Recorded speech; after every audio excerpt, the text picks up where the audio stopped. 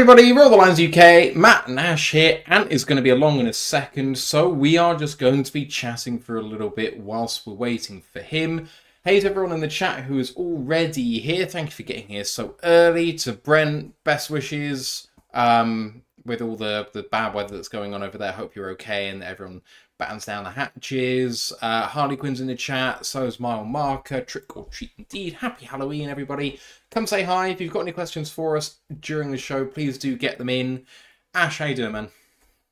Doing good, doing good. So, obviously excited to preview another what should hopefully be another barnstorm of a game.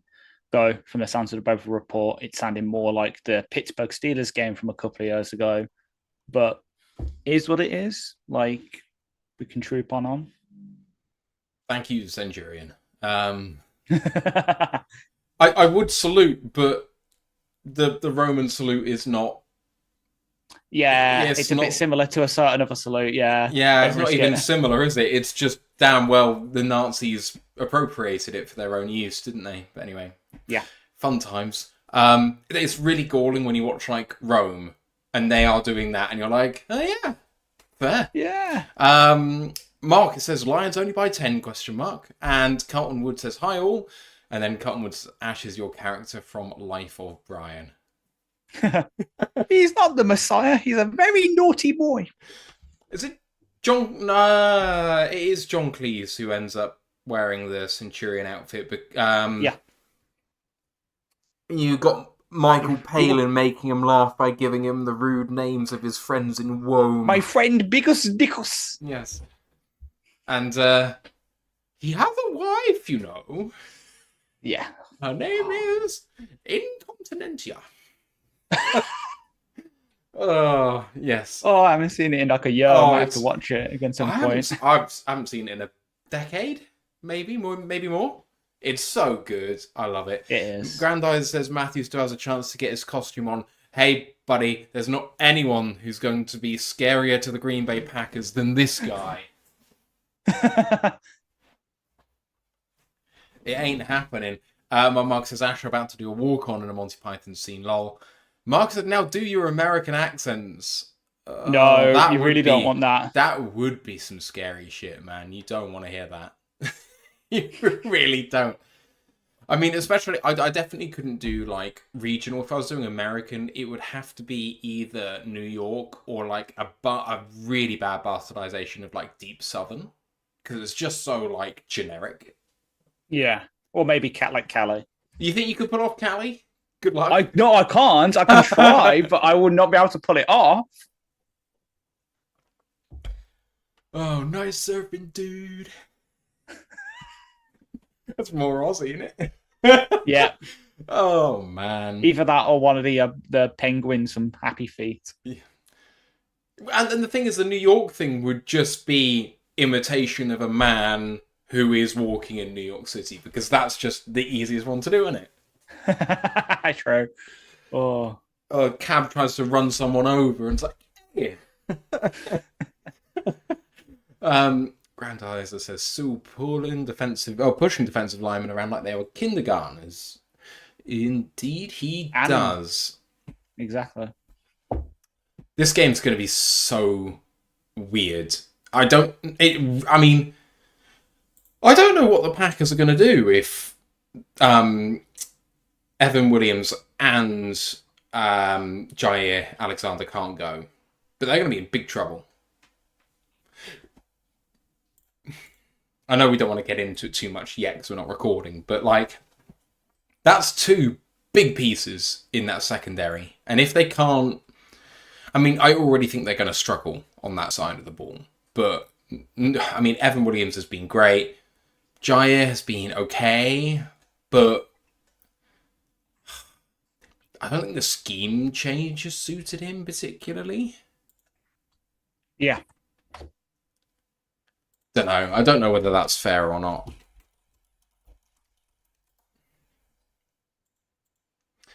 I have honestly no idea, Carl. I wish it was. I wish it. If it is, that is anyway realistic. I'll be so happy. What was realistic? Channing Tatum's Gambit accent. But wasn't the whole thing that he was changing accents all the way through? Because wasn't he Creole for some of it? Yeah, that's the whole thing, because Gambit is Creole. So he was doing like the sort of like, he was supposed to be doing the drawing. He was supposed to be like a vocal coach and that, but suppose it's really bad. Oh, have you not seen it? No, I have. I've never heard a proper New Orleans accent, so I have nothing to compare it to. I mean, I always associated Creole with Haitians rather than... And I know there's a big Haitian population in New Orleans, but I didn't really associate it with New Orleans, to be honest. I don't know, maybe it's just me. Geographic distribution of Creole. Equatorial Belt. Americas, West Africa, Goa, Indonesia, Singapore, Macau, Hong Kong, Philippines, Malaysia, Mauritius, Réunion, Seychelles, and Oceania. The Americas is mentioned, but I don't know whether... Oh, there's loads of fireworks going off here. Anyway, I've never watched The Eagle. If you want to, The Eagle's okay. If you want to watch a better film based on the same myth, Centurion with Michael Fassbender and Olga Kurylenko in it, that is great. That is one of my favorite films of all time. It's also got Dominic West in it. Very, very good film. A bit more realistic, and it's actually, filmed over here. Grandizer said, so if the Lions put up a 40 burger, have we peaked too early? I mean, arguably, but you can only beat who's in front of you. Adam Gilchrist in the chat, Packers fan says, as a Pack fan, I think the Lions got this. Packers struggle to stop the run. Goff off-play action will be deadly. I think Packers offense will be okay, but won't be able to keep pace. 33-20 Detroit. First of all, Adam, glad you're here, man. Thanks for the chat. Appreciate you. It's going to be interesting to see. We're going to go into this game in a lot of depth once our other guy joins us, because we're just out chatting at the moment. But in short, I do think that the Packers will struggle on defense, but it's a good defense generally, and the scheme change has been good for the defense overall. I mean, it was hard to be as bad as it was last year, Ash, I think, but it's kind of come together nicely, but it's got flaws. I'm trying to keep it track, because for me, this game hinges on whether it's Love or Willis, because I'm scared about Willis in this weather. Yes, indeed. I hadn't actually put a thing about the weather strictly in, but I am going to put it. There he is! And in the house! You right, man? Did I just walk onto the set of Ben-Hur? Oh, This is the Lions podcast link, right? Not the Gladiator podcast. Got my tickets ready for that already. Nice and sorted. Watch it in IMAX in a couple of weeks. Oh, it's going to be sick. Going to be sick. Is it? Yeah. I think they'll do it justice. You have more optimism than I do about it. I'm surprised you've seen the original with your lack of... culture. It's a top 3 film for me. Yeah, but you've not seen things like The Godfather and things like that, things that are genuinely considered great. Like, your culture is shocking. My film knowledge is particularly bad, yes. But I have watched Gladiator. I love it. And I also went to see Venom yesterday. And the trailer for Gladiator looks atrocious. Like, it looks really bad. See, if you go into it wanting to hate it, people want to hate it because they love the original so much. You've got to go in with a fresh, open mind and No. You know how lots of people thought that Star Wars 7 was a good film until they realised it was a carbon copy of 4. That they borrowed the entire plot, they borrowed phrases from it. So Gladiator 2 has the same phrases from the first film and the second film. The whole plot's basically the same. with like minor changes, and it's like so I there's mean- no imagination, and also you're reusing the lines, and it's like it's trying to evoke nostalgia, but what you're doing is just going, I don't have any imagination about this.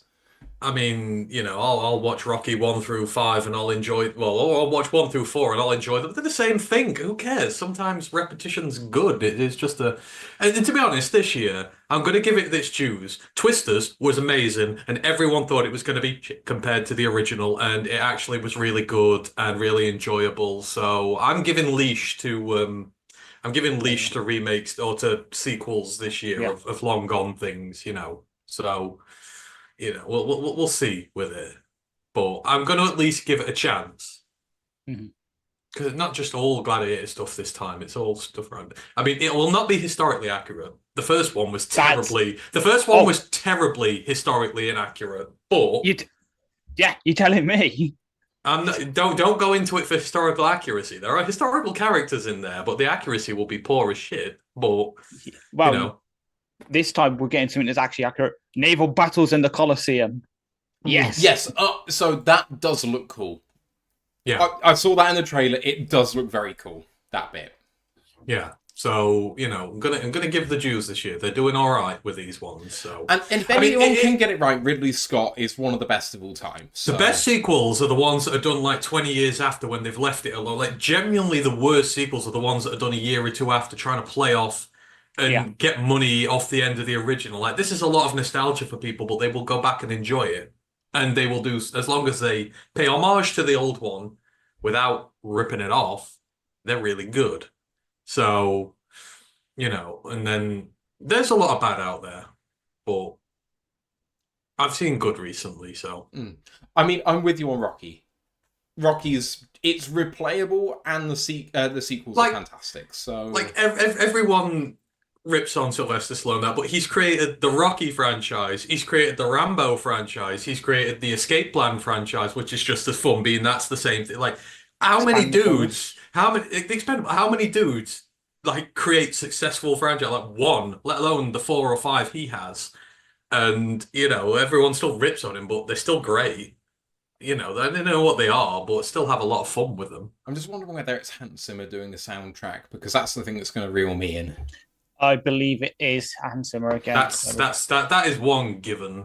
All his soundtracks, even for the bad films, are still good. So I've been to see Hans Zimmer and John Williams concerts before, and it's unbelievable. No, it's not. It's Harry Gregson Williams. Oh well, that's another reason to not go then.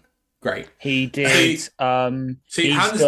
Hans Zimmer peaked with Interstellar. He's never going to do one as good as that again in his life. True. I think Inception is up there. He peaked with Interstellar. It's the greatest soundtrack for anything of all time. So we're talking about the guy who did. So I'm just looking at some of the stuff he's done. He's done Enemy of the State, The Prince of Egypt, Chicken Run, Shrek. He did Shrek. Prince of Egypt, the cartoon one. That's vastly underrated. That is. Well, and vastly underrated. And what was the other one you just said? Enemy of the State. No. The one you just said after Prince of Egypt. Chicken Run. Shrek is so underrated as a soundtrack. Yeah. Musically, it's Shrek. brilliant. Did Team America World Police, so he's the guy we have to thank for America. Yeah. What else has he done? Freedom Isn't Free. And Shrek is fun. He did. Everyone has AIDS. X-Men Origins Wolverine. Unstoppable, that's a great one. Prometheus, he did. Bet this is exactly what people thought they were tuning into tonight. The Lions and Packers preview is a Roman gladiator talking about the Chicken Run soundtrack. Yes. That is what we're here for, y'all. Right. That's a good segue into doing the show, isn't it? I think so. Oh. In a world where Roman gladiators talk about Chicken Run, we present Roar of the Lions UK. All right, you guys ready to go? Yeah. All right. Recording in progress. Welcome to another edition of the Rural Alliance UK podcast, episode 301, Tainted Love. My name's Matthew Turner alongside Anthony Fitzpatrick and Ashley Soden. How you doing, boys? Ave Romana. I'm upset today. I'm not very happy today.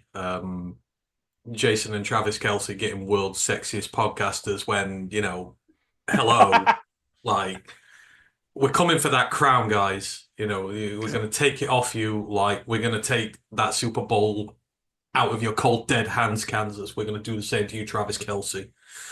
Exactly. I feel snubbed for that. I'm not going to lie, Exactly. I can grow a better beard than either of those two can. So yeah, I need to really get out there with the beard. It's going to go big now.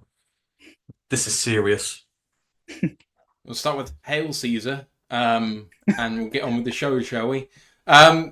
We are, of course, previewing the Green Bay Packers game this weekend. Everything on the line, division lead, conference lead.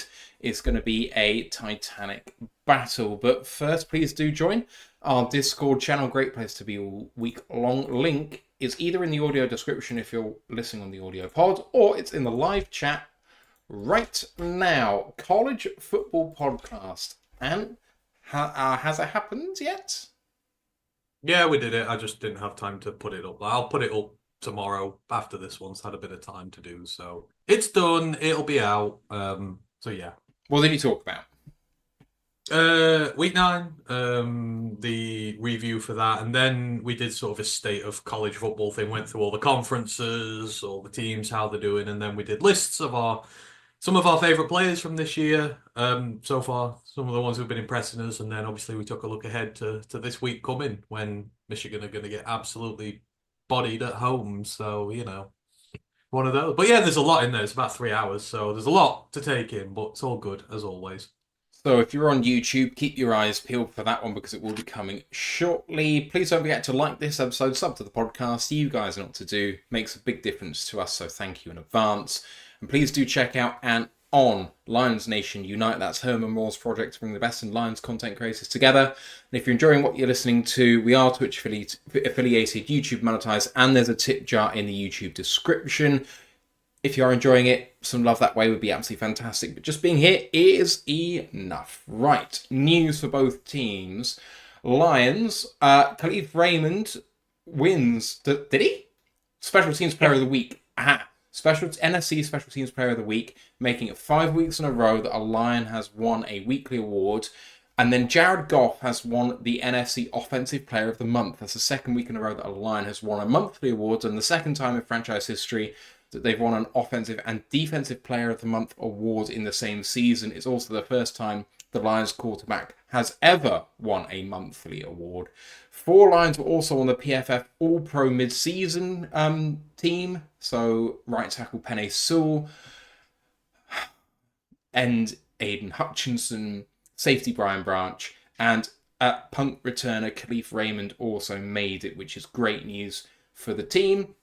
On the Green Bay side of things, well, we had the Offensive Player of the Month. Xavier McKinney, the safety, won the Defensive Player of the Month after, well, he can't stop making interceptions. So, you think that our safeties have got it good, but Xavier McKinney holds the joint lead in interceptions with Kirby, and he really has been playing exceptionally well over there. And Green Bay this week have also signed the linebacker Jamin Davis to their practice squad, the former Washington Commanders first-round pick, 19th overall in 2021. Boys, Lions players getting love across the board with the weekly and monthly awards. For once, we are getting our dues, and yeah, we good. Like that is it. We're a good football team with a lot of good players in it, and we're one of the best teams in the NFL right now, probably the best team in the NFL, and we're dishing out some serious beatings at this moment in time. Like, these are not close contested things. These are absolutely smashing our opposition to bits. So it's not surprising that they're getting their love here, and they're winning different ways, which just makes them really dangerous as well. We don't need our offense to go out there and put up 50 points a game to win. Our special teams can go put up 40 points itself. So we are the all-round domineering best team there, and like I say, we're getting our love. Just these players are playing absolutely fantastic, and you still feel like they've got another gear in them at this moment in time. So it's absolutely great. Ash? Yeah, and despite being a big proponent of the Xavier McKinney signing during the off-season, didn't deserve it. Our safeties had better months if you look at the stats. So despite us getting one award, I argue we should have got two. We also should have got the defensive for probably Branch, but Kirby also arguably deserves it because McKinney has had a pretty good month. But as I say, compare the stats, all the interceptions he's got, he had one in like the first 3 games, and then kind of fell off a bit, and then kind of picked it back up last week. Well, for us, Branch especially in October was just exploded. So despite McKee maybe deserving it, I still say Branch was robbed. I mean, what do they put in the water in Tuscaloosa? These Alabama safeties, man. Xavier McKinney's a roll tider as well. Yeah. They just love making picks, man.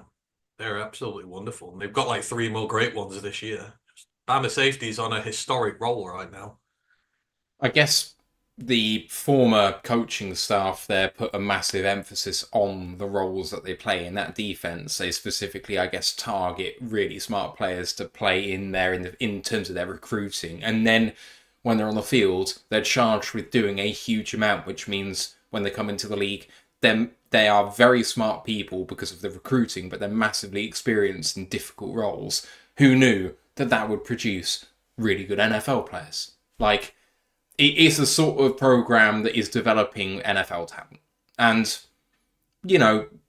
and I know you've talked about it on the college show all the time about like different programs prioritizing different positions, but then it kind of is a self-fulfilling prophecy. Good O-linemen are going to go to OLU because they know that the coaching there is going to be fantastic and they're all going to help each other. And likewise, if you're a good safety, Bama's where you want to go, I mean, yeah, obviously there's always exceptions to the rule, but you know that your lineage, you can figure the right places for these guys to go. It's like Notre Dame left tackles. They are the most distinguished lineage of, positional players ever. Like for the last 20 years, they've just brought up guys who are first rounders, best guys in the NFL, with career longevity, and generally, by and large, they're going to be absolutely tremendous. But yeah, Bama seems to get and the thing is, Bama secondaries are not always great. Like, remember when Branch and his class came through and they got absolutely diced up by Hendon Hooker and Tennessee, and everyone was going, "Oh my God, these guys are terrible," and that. But the way they do it is they're put out there and they learn the hard way. Like Terry and Arnold has learned while he's been here. He's been sent out there and he learns the hard way. But sometimes that's the best way to learn, is to go trial by fire and you work that way. And that's what they do there at Bama. They put them in. They're not afraid to put them in young either. A lot of these guys start when they're freshmen or redshirt freshmen, etc. They're very vastly experienced when they come to, as they say. They just have something about them. And they got a nose for the ball. You think of all these marauding, brash quarterbacks that come through the SEC, absolutely bombing you in the backfield. These are qualities that translate. These guys you come up against, and you see it here. So, yeah, just a great lineage all over. And Branch got tremendous. And you pair him with Kirby as well. Like, man, we looked out big time. Big time. We did indeed. What do you think about Jamin Davis? And I had a particular reaction in the chat, and I know that Ash is the one who actually posted it in the chat in the first place. So what do you make of Jamin Davis? They tried him off ball, it didn't work. They brought him down to edge, and then Washington have let him walk, and he's only signed on to a practice squad, so it's a heck of a fall from grace. But, he's a twitched-up high-raz player who, if you can put him in situations where maybe he's focusing on athleticism rather than anything else, maybe there's something there, but you're on a practice squad in 3 years after being a first-round pick at linebacker. It's not great. I can go right next door to Quay Walker, their first-round linebacker, who's very close to flaming out. Like, remember, this is the guy who keeps getting flagged against us, so if you can get, if that's a prop bet you can do this week, plus under 0.5 flags on Quay Walker, hit the over because it's free money. Like, this is something that Green Bay do. They love loading up their defense with first round picks. You just look through it and it's just loads of them. So obviously Sean Gary, Kenny Clark, Preston Smith was, Quay Walker, Alexander, Xavier McKinney was a first round pick. They've got even some of the backups, so Lucas Van Ness, Devontae Wyatt, first round, Eric Stokes, all first round picks. They love loading up on them because they've obviously got an athletic upside, but sometimes it doesn't pan out. They're seeing that with Walker and Van Ness and Wyatt, arguably, right now. Fair enough for them to try and with another project with Davis, see what they can get out of him in their new scheme. But is it likely to work out? Probably not, which is why they've signed him to a practice squad, and was very lucky he managed to get that, because arguably he was very close to flaming out the league completely and having to go to work at Costco stacking shelves. I mean, is it unfair to say, I think he's getting the Jelani Tavai treatment. I think he got drafted too high. There was a lot of expectations made of him, and I think there's a good player in there, but he was never going to live up to the 19th overall pick. You'd have issues with that one, trying to get there with him, and it's just, he doesn't seem to have settled. He doesn't seem to have found the right home.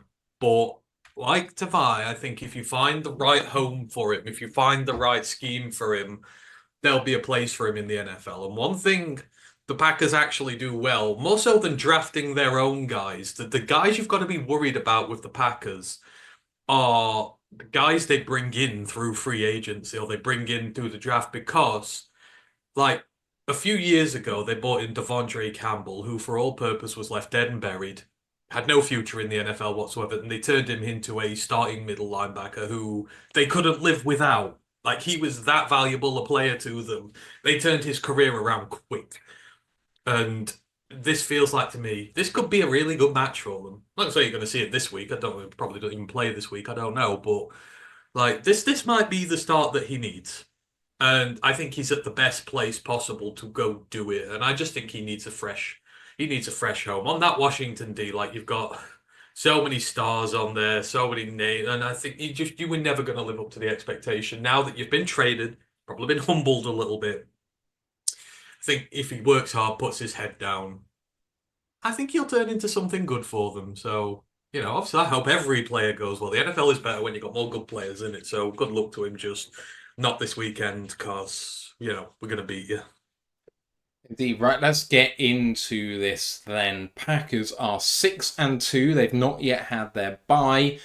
Their season so far: loss at Philadelphia, wins versus Indy and at Tennessee, a loss to Minnesota, win at the Rams versus Arizona versus Houston, and at Jacksonville. So 4 on the spin from 2-2 to 6-2.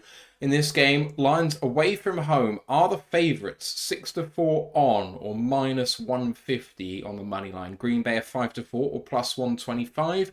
Means Detroit are now 2.5 point favourites on the spread. It started out, I think, at 3 or 3.5, so it's come in a little bit. Over under is 49 points. The weather: rain is expected, and quite heavy rain at that, although there are varying reports on this. One I was just looking at said there's about a 35% chance of rain, another one said 85%. So depending on your sources, there's different information. It's only going to be light winds, so about 10 miles an hour expected. Injury report for this one: the Thursday reports are starting to come out for the Lions. Pascal and Rodriguez were no practice for both days this week. Everyone else at least took part in some practice. A new entrant into the injury report is Mekhi Wingo. He has an ankle problem and was limited today, but was fine yesterday, so that's a little bit worrying. Hopefully he's okay. The big news is that Jared Goff, with the ankle, was back full practice today. Everyone else who was resting has come back to full practice.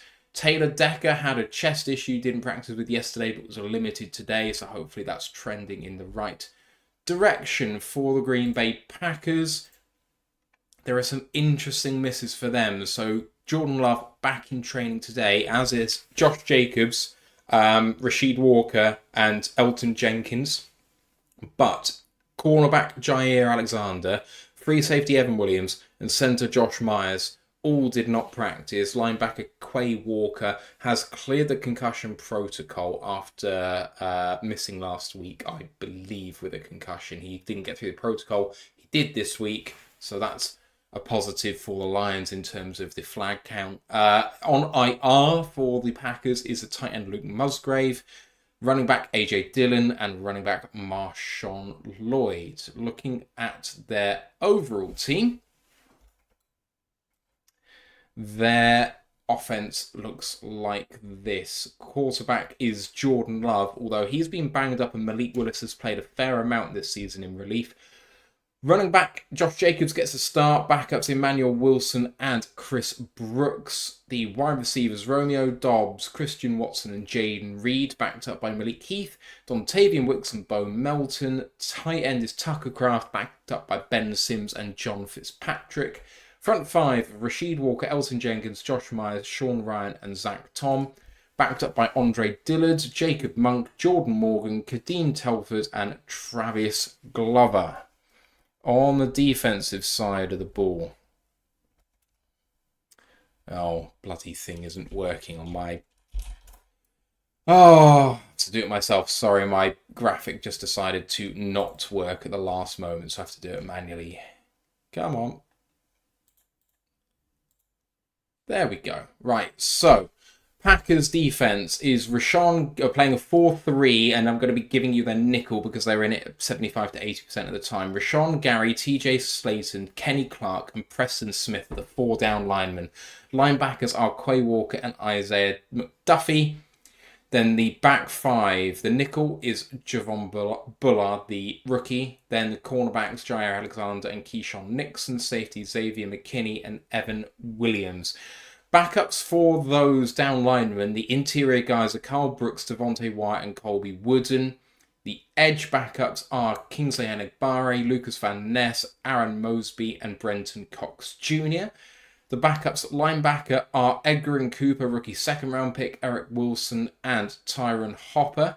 Backups at corner is Eric Stokes and Carrington Valentine. Backup at nickel is Corey Ballantyne. And then the backup safeties are Zane Anderson and rookie Kitan Oladapo, who I think we were universally in love with in the draft process this year just gone. Punter is Daniel Whelan. Kicker is Brandon McManus. Long snapper, Matt Orch. And this team, in terms of personnel, has always been strong. And it's a fairly deep team. I mean, when you go through those backups are hard, right? Because there's maybe not 32 good players at each position. The fact that they can afford to have players like Eric Stokes, Lucas Van Ness, Devontae Wyatt, even players like Bo Melton, Dontavian Wicks, Malik Willis has played really well, Jordan Morgan's a rookie 1st round pick. They've got all these guys as backups. It's a deep team. Yeah, it is, and it's a particularly dangerous team. And I don't know, I'm just going to savor this. I feel like this is the first ever week where I'm not going to be the nastiest towards a team, because you've been really nasty towards Green Bay this year. Generally, for the most part, I like them. You always bet against them. You said the Jags were going to beat them in London, so that's nasty. But yeah, anywho, this is a team that's always dangerous. And I love what they've been doing draft-wise these last few years. You mentioned the depth of the team. Like, they found draft picks all over. I mean, you look at the likes of Rasheed Walker was a 7th round pick, like, what, the year before last? They seem to really, and they go for small school guys. Tucker Kraft is coming through well at tight end, finally seeing what he's all about. And they just draft so many good players. The offensive line is always generally good. It's very versatile, and they've been one of the best O-line teams for a long time. The Packers have, and that's always what they've built this team off. They've got a very young receiver core, which has been taking its time to develop. I mean, you look at them all; they've all been drafted in the last couple of years. Jaden Reed, loved him at Michigan State. Christian Watson, Romeo Doubs, Dontavian Wicks, Bo Melton. Like all last 2 years, maybe one of them 3 years ago, but you're starting to see these guys progress now. So it's going to take years for them to be able to come through and start fulfilling their potential. But they've got some really exciting players there, and you feel like it's not reached its full potential yet. Obviously, Jordan Love, it's sort of been hit and miss with him. He's getting there. He's starting to look every bit what they got in him. But you've always got to be wary of these guys. They run hard. They play well. and they always give us difficulty on the defensive side.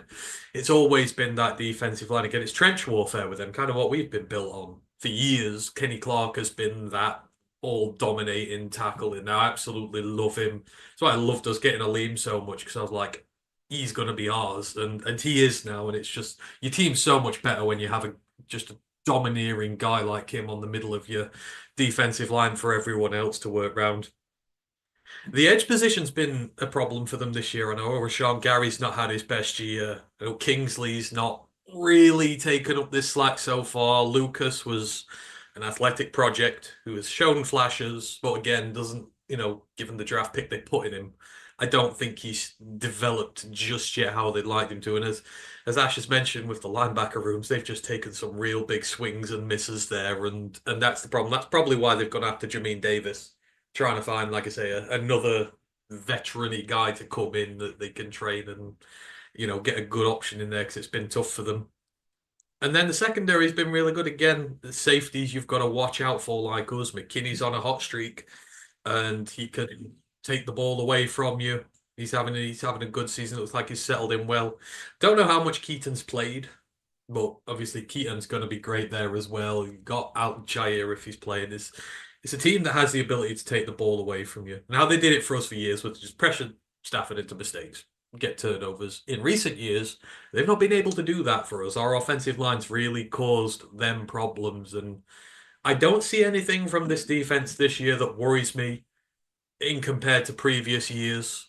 Like, I don't think they've taken a big step forward. I don't think that they're going to cause us problems that we've not seen in games before this. Actually, it's a good team with a lot of good youngsters in it, but it's still finding its footing. And you can see they have had some close games this year. They have had some that maybe they should have won that they want back. But yeah, it's just, we're better than them at the minute, and it's just an odd feeling. But they're always dangerous, and you've always got to be wary of them.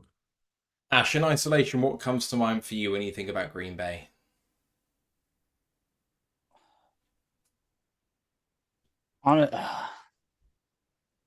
Honestly, they're really good. Yeah, they're a really good team. It's just inconsistency at the QB position. Is Love going to play with his groin, or is it going to be Willis going back and forth? And then on the defense, them still settling into their new defensive scheme, because obviously, as I referred to on the show on Monday, they've got a new head coach in Jeff Hadney, the former Boston College head coach. It's coming to be the new DC. They've got rid of the name who shall not be spoken. But it hasn't gone exactly to plan, to the point where former Packer QB, Kurt Benkert, literally tweeted on Sunday, can they stop this guys in the coverages? It looks like JP out there. Again, not going to speak his name. They're not going to summon him. They're getting in there, like, again, your great safety, Joe McKinney, one of the best safeties this year, who is not a Detroit Lion. Evan Williams hit the ground running. Hell, Gia's kind of bounced back a tiny bit. He's still not back to his all-pro level, but has had moments. And then, yeah, they've got some good guys backing it up. But then there's quite a lot. If you look at just again, based on their PFF grades, which some people just look at, there's quite a lot of yellow and orange on there. There's a few great players, a couple good, and then the rest is just mediocre to bad, which kind of plays into our hands. So one of the things that makes me sad is the fact that, and just referred to him, Lambeau, the safety out of Oregon State, has just been a healthy scratch for them every week. He has not played a snap yet. This was someone I was very into, and certain person on the panel can definitely attest to how much I loved him, because when we were listening to the draft show on safeties, I kept screaming every single time, where is Oladapo? Where's Oladapo? It took them ages to get there. Maybe they saw something that I didn't, and Green Bay agrees with them, because they say not a snap yet, to the point where they've obviously got another rookie safety as well, Javon Bullard, who is their safety hybrid, probably going to be, he might be out, well, probably going to be out, which helps us in a way. They've got pieces on defense, they've got pieces on offense. The young receiver course finally getting there. The only issue for them is the fact they invested so much in Christian Watson. He doesn't look like he's ever going to turn into the wide receiver one people thought he would be in the draft process. Looks like it's Romeo Dubes. So again, while you listen to the college show, because they picked him out a couple of years ago when he was having Carson Strong throw to him in Nevada. He's the guy who's kind of stepped up to that for them. But again, there's guys there in that receiver room who can hurt you, who aren't big names. Jaden Reed, the former Michigan State Spartan, is going to be an issue in the slot. Dontavian Wicks, the former Virginia Cavalier, is a good receiver all round. And then the guy who burnt us to hell last year, Malik Keith, is still there. So if we let him slip, he could get a good couple of yards against us. They've got weapons there. It's just, can they put it all together and have a QB can throw them? Because if Love can't go, despite him saying he would go if he even needed practice today and tomorrow, I don't know if the team will let him because they've got their bye next week. Would it be better for them to sit him this week, let him rest through the bye as well, and then let him get back to 100%? Maybe, but so as we saw with Goff on Sunday, sometimes the player will just say, no, I'm not getting sat, I'm playing. It really comes down to can they finally execute that defensive scheme on defense and on offense? Will they have someone who can throw the ball? Though obviously with the rain, maybe they should go with Willis anyway, just run the ball with him and Jacobs 100 times and see if that works against our run defense. Be interesting to see whether they do try and pull something like that off. I have a feeling they might, but we'll see. Let's talk stats, shall we? So we're going to go through PFF, DVOA, and EPA. So in that order. Overall, by PFF, this team is 22nd in the NFL. DVOA has them 8th, and EPA has them 6th. So a really, really big difference between those three metrics. Offensively, PFF has it 15th, DVOA 5th, and EPA 9th. On defense, PFF 17th, DVOA 12th, and EPA 7th.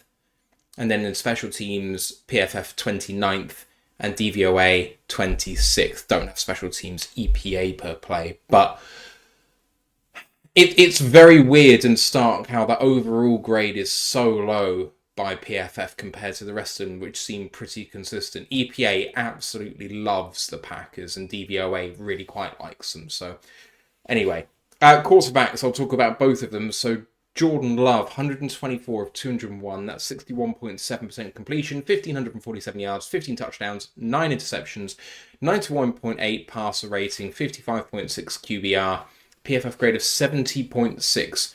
That 15-9 record touchdown to interceptions, he's only played 5.5 games, by the way, just to let you know. Willis in relief, 29 of 39, 74.4% completion rate, so significantly higher. 380 yards, 3 touchdowns, no picks, and 16 carries for 137 yards and a touchdown on the ground. And a PFF grade of 77.4, so fairly significantly higher than Love in the fewer reps that he's had. Josh Jacobs, the running back, is the lead back, 145 carries for 667 yards and 3 touchdowns, and 17 of 21 for 115 and a touchdown in the air. PFF grade of 84.2. Leading receivers, Jaden Reed, 11 for 110 and a touchdown on the ground, 31 of 41, 507 yards and 3 touchdowns through the air, 68.9 graded. And then Tucker Kraft is the leading tight end. He's been really good, actually, from what I've seen, although the PFF would not agree with me. He's 24 of 33 for 342 and 5 touchdowns on the year, PFF grade of 61. Good grades in there, not listed. Tackle Zach Tom, the right tackle, 82.8. Wide receiver Romeo Dobbs, 69.6. Poor grades in there. There's only one, and he's injured at the moment. Let's see if he goes this week. Center Josh Myers, 49.9. Was taken 1 pick after a significantly better center, but we don't talk about that every time we speak about the Packers. Never mind. When it comes to this team on the money downs, they are average to bad. On third down, they're 15th. Fourth down, they're 17th. And in the red zone, 15 touchdowns on 30 trips, 50% grade is 25th in the NFL. Boys, when it comes to this offense, it likes to spread its talent, shall we say. And what I mean by that is that none of their wide receivers, I don't think, could be classed as a wide receiver one at any other team in the league, potentially, unless maybe you're talking about the Carolina Panthers, especially considering Deontay Johnson's now gone. And the Bucks now, I guess. I guess so. Jaden Reed is a very good wide receiver, and I mean Dobbs has really come to life after a up and down couple of years to start his career. Christian Watson has spent most of it injured, but he's the Raz guy, tall, fast, deep ball threat kind of guy. And then of course Wicks has burned us in the past, Melton's burned us in the past, and Heath's burned us in the past as 4, 5, and 6. So none of them are, absolutely incredible, but they're definitely good enough, and there's so many of them that it makes it hard to cover. And then Kraft has obviously been very productive. Josh Jacobs has come in and has been very productive. Love and Willis have obviously done their thing. Maybe what used to be their bread and butter then, the offensive line, is maybe the thing which has kind of fallen back the most. I mean, obviously the long-tenured left tackle who's actually been injured the majority of the last couple of years in, oh my God, why have I forgotten his name? David Bakhtiari. Thank you very much, has moved on. And Rashid Walker is not him. And Zach Tom obviously has played very well. I think they actually see a future for him at centre. I keep hearing that, so we'll see if that actually ends up happening. When he was coming out from Wake Forest, it was said it was kind of like with the guy who the Bucks picked in the first round this year out of Duke. Same kind of thing where he played tackle in college. 5 position versatility, and he's going to end up at centre, But, Myers isn't it. Sean Ryan's outplaying Jordan Morgan, but he's not great either. Elton Jenkins is maybe the best one of the 5, but I think Jenkins and Tom are the only 2 of those 5 that I feel that confident in. And, you guys know, especially from how the Lions do, how important that offensive line is. It's everything else is good, and maybe I don't know whether you agree with me or not, but I kind of think that offensive line holds them back a bit. I mean, it's young. You've got to take into account there's not many veterans on that line. And, actually, from previous years, you mentioned there are no star names on this Green Bay offense. Like, no true stars. Like in the past, you've had Aaron Rodgers, you've had Devontae Adams, you've had David Bakhtiari. What this group is essentially what we were. It's a team. It's not stars. It's a team, and they are sometimes the most dangerous because these are a lot of guys. They said there's a lot of young guys, especially in that receiving core. Yeah.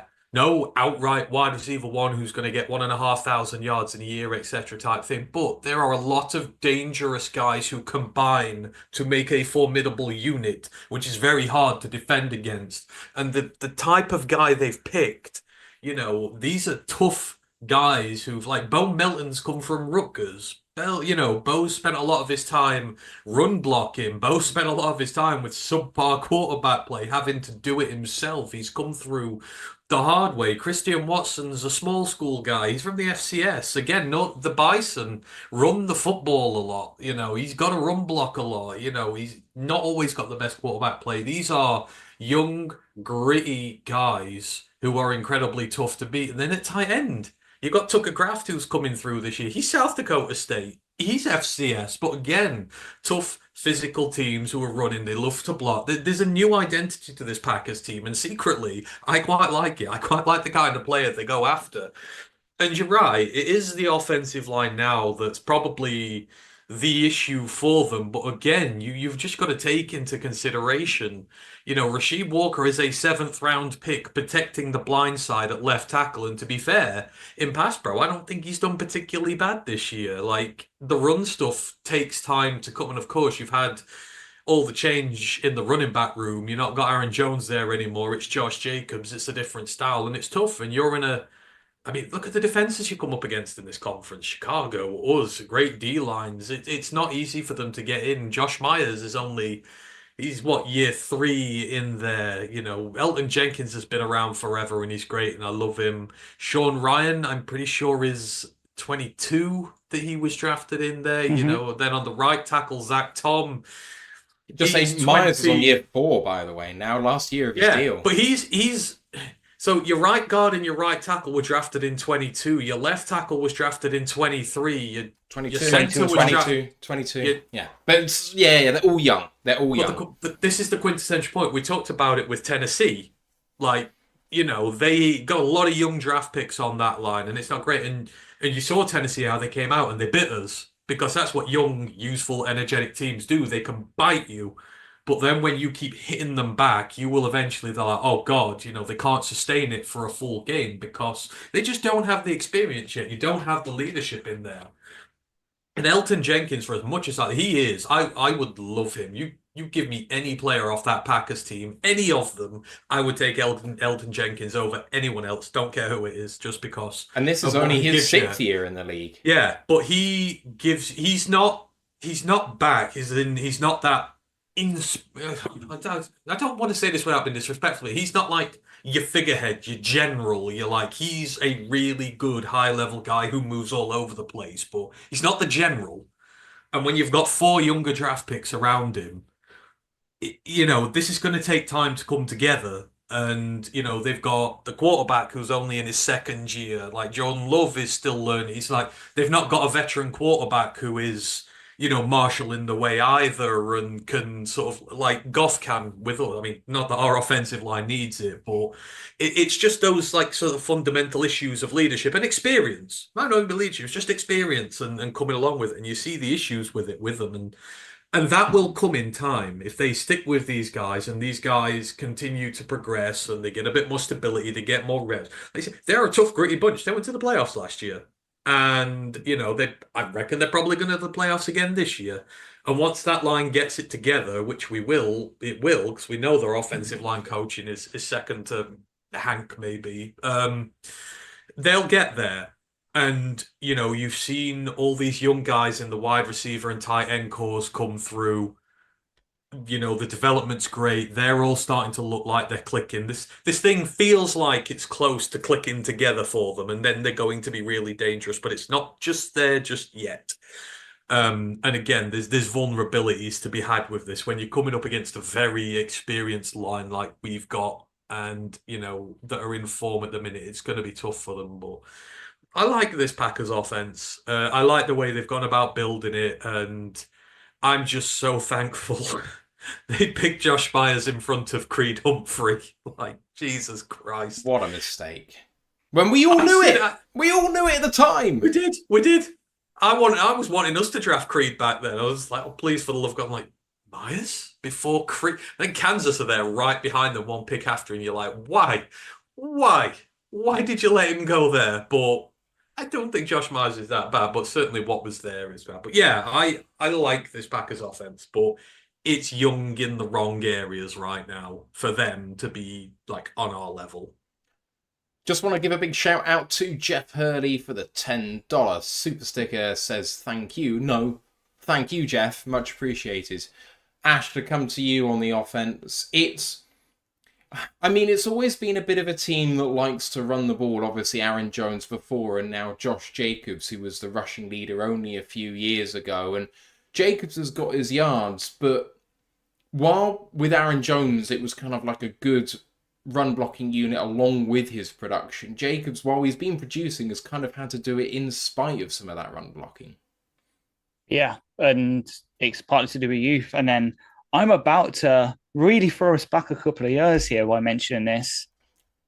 The Packers have gone for the Matt Patricia O-line because they have a guard rotation at right guard.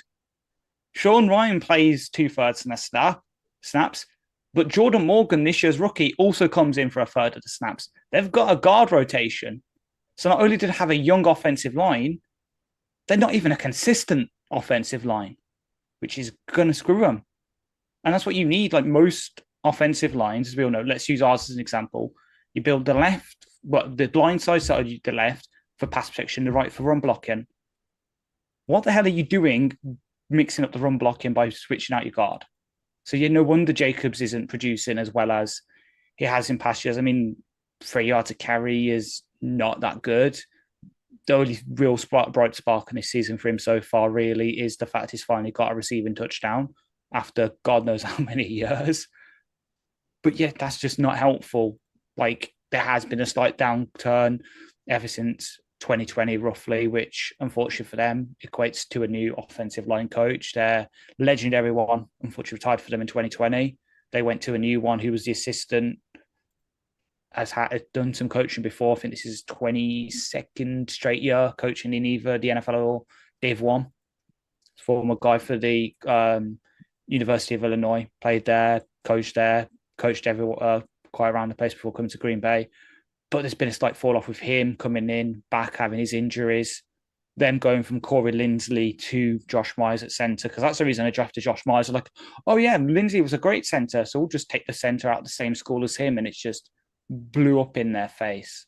Like, one of them, like, that's up there with obviously them trading down with us to let us draft Brian. Like, massive draft failures from Goose in the past couple of years, and yet some fans of their team still think he's a good GM. God knows, but yeah.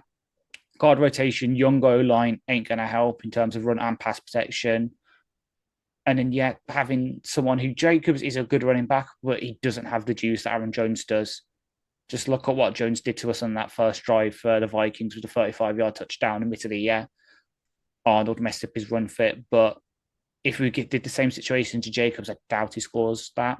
We'll probably catch up to him.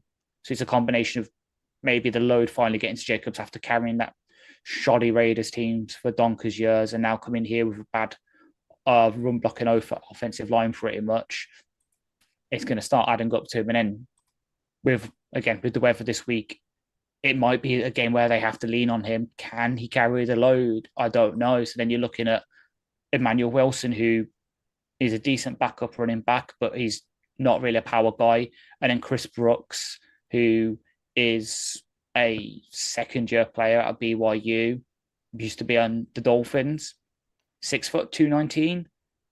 That's kind of big, but at the same time, what has he really done? I'm looking now. He hasn't really done that much this year. He's had 4 carries for 23. Four games played, so 11 carries for 40 yards, 3.6 yards to carry. That's but yeah. If they need to realign this run game, they can't, and that obviously makes things harder for Love. He has to start throwing throws to the receivers. Kraft stepped up this year, and so has Dubes and Reed. But they need more. They just need that consistent run game, because that's been their bread and butter. Even when they had the Aarons, they had a good running game with him and Jamal Williams for a bit, and it was AJ Dillon, and before that they had Eddie Lacy. Before Eddie Lacy discovered the local McDonald's and their lovely deals. Like, they've always had a good run game, and they just haven't this year, unless they've had Willis in which case they've had it because he's had to run, because that's all he can really do. Mate, if it rains this week, Tyreek Stevenson is going to be the second most toasted object in the solar system after the Packers when we're done with them. I will say, I think that Josh Jacobs has been fantastic this year, and I think the run game has been good with him, regardless of whether Love's been in or not. But I did observe in the Jacksonville game that it was better when Willis came in. Even if the majority of it was in shotgun, it functioned better. Jones to Jacobs is reminiscent of Montgomery to Swift. Why did you bother? Why didn't you just pay the original guy and not fuck around with the next one? Like, it's weird. Like, you see all the Bears fans go, oh my God, DeAndre had a 50-yard run this week. Well, David Montgomery's good for us every single week. Is that an adequate trade-off? No. And the thing is, it's not like they went cheap at the position, because Jacobs was effectively 1 year 12, where Jones was looking for 12. So they paid him exactly the same APY. And Aaron Jones is a Packer for life, or would have been a Packer for like he's Packers DNA. I absolutely detested playing Aaron Jones. I was so happy when they shipped him out. I'm just like, oh my God, what are you doing? This is crazy. Like, you think of some of the games he's had against us over the years. Every time he gets the ball, you're just like, oh God, here we go. He's burnt us more times than I care to imagine. And to just move to Josh Jacobs, it's like, why? You've gotten rid of the lifelong Packer who loves your team just for a mercenary. Yeah. It just seemed like a big step back. Yeah, so versus us, he has, in his 11 games, Jones had 687 yards, so 5 yards to carry for 4 touchdowns, and then another 250 yards through the air with another 4 touchdowns.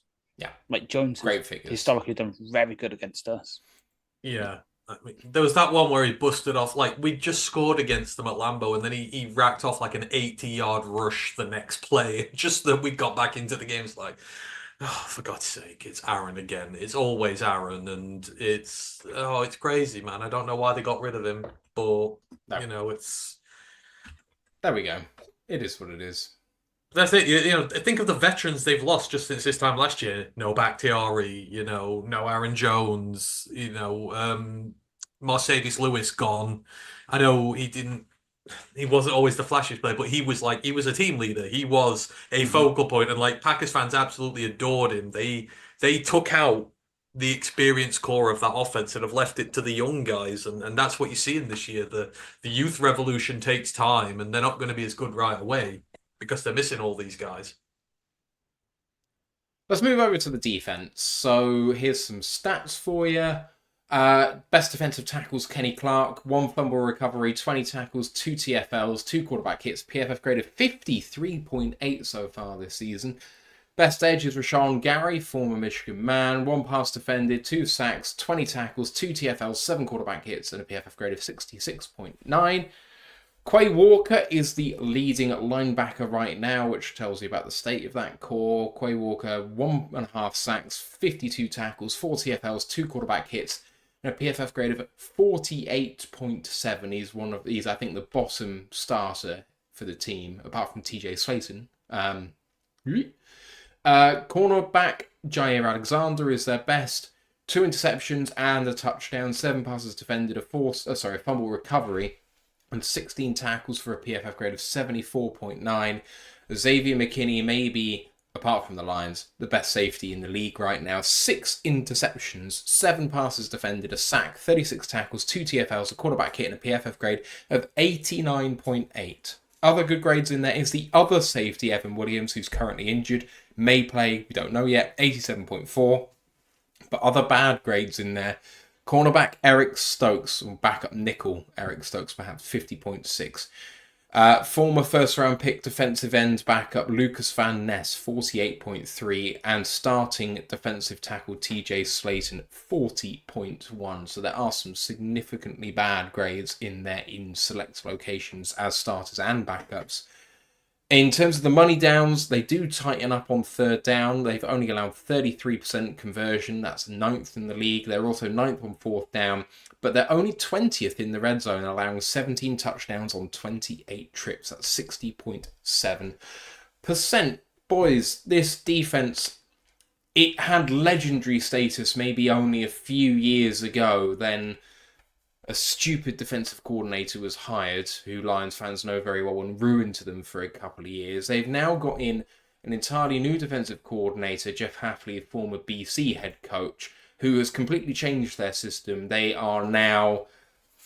blitz less, but they are very aggressive on third down, which wasn't a thing last year at all. They've moved from very passive zone quarters coverage into playing a heck of a lot more man coverage. It's not unlike actually what you see sometimes from the Lions. They play cover one man, which we're very used to, but their other systems, so we play cover one man and quarters. They play cover one man and cover 3, which I think is going to be an interesting matchup for us. But just in isolation, if I come to Ash versus time, this defense, we've talked about it, loaded with first round picks, but the personnel hasn't changed much year to year. They obviously keep restocking through the draft, but it's night and day compared to what it was last year.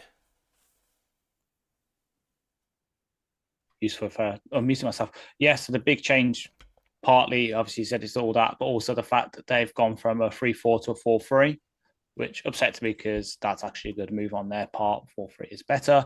But yeah, start cover 1, cover 3, which I predicted maybe we would have done, but I should have known it would be quarters. They play, they're the big ones. They are currently league average, so just about league average, so 16th in cover 1 usage. They are 14th in cover 3, which sounds about right for them. The big thing for them, though, on the back end, something that I'm going to say his name, Joe Barry didn't do, but Hafley loves to do, is disguising. So they disguise their coverage on about 30.5% of their plays, which is just above league average. The league average is about 29%. They usually play a lot of what's called middle of the field open coverages. So That's your sort of stuff where, cover 1, cover 3s and that. No, cover close, I mean. So, cover 3 because you've got the safety sitting there. They play that about 56.6% of the time. And then the rest of the time they play it open. So it's more cover 2s, cover 4, cover 0. But, they're not exactly as aggressive as you say. Blitzing about just under league average 27% of the time.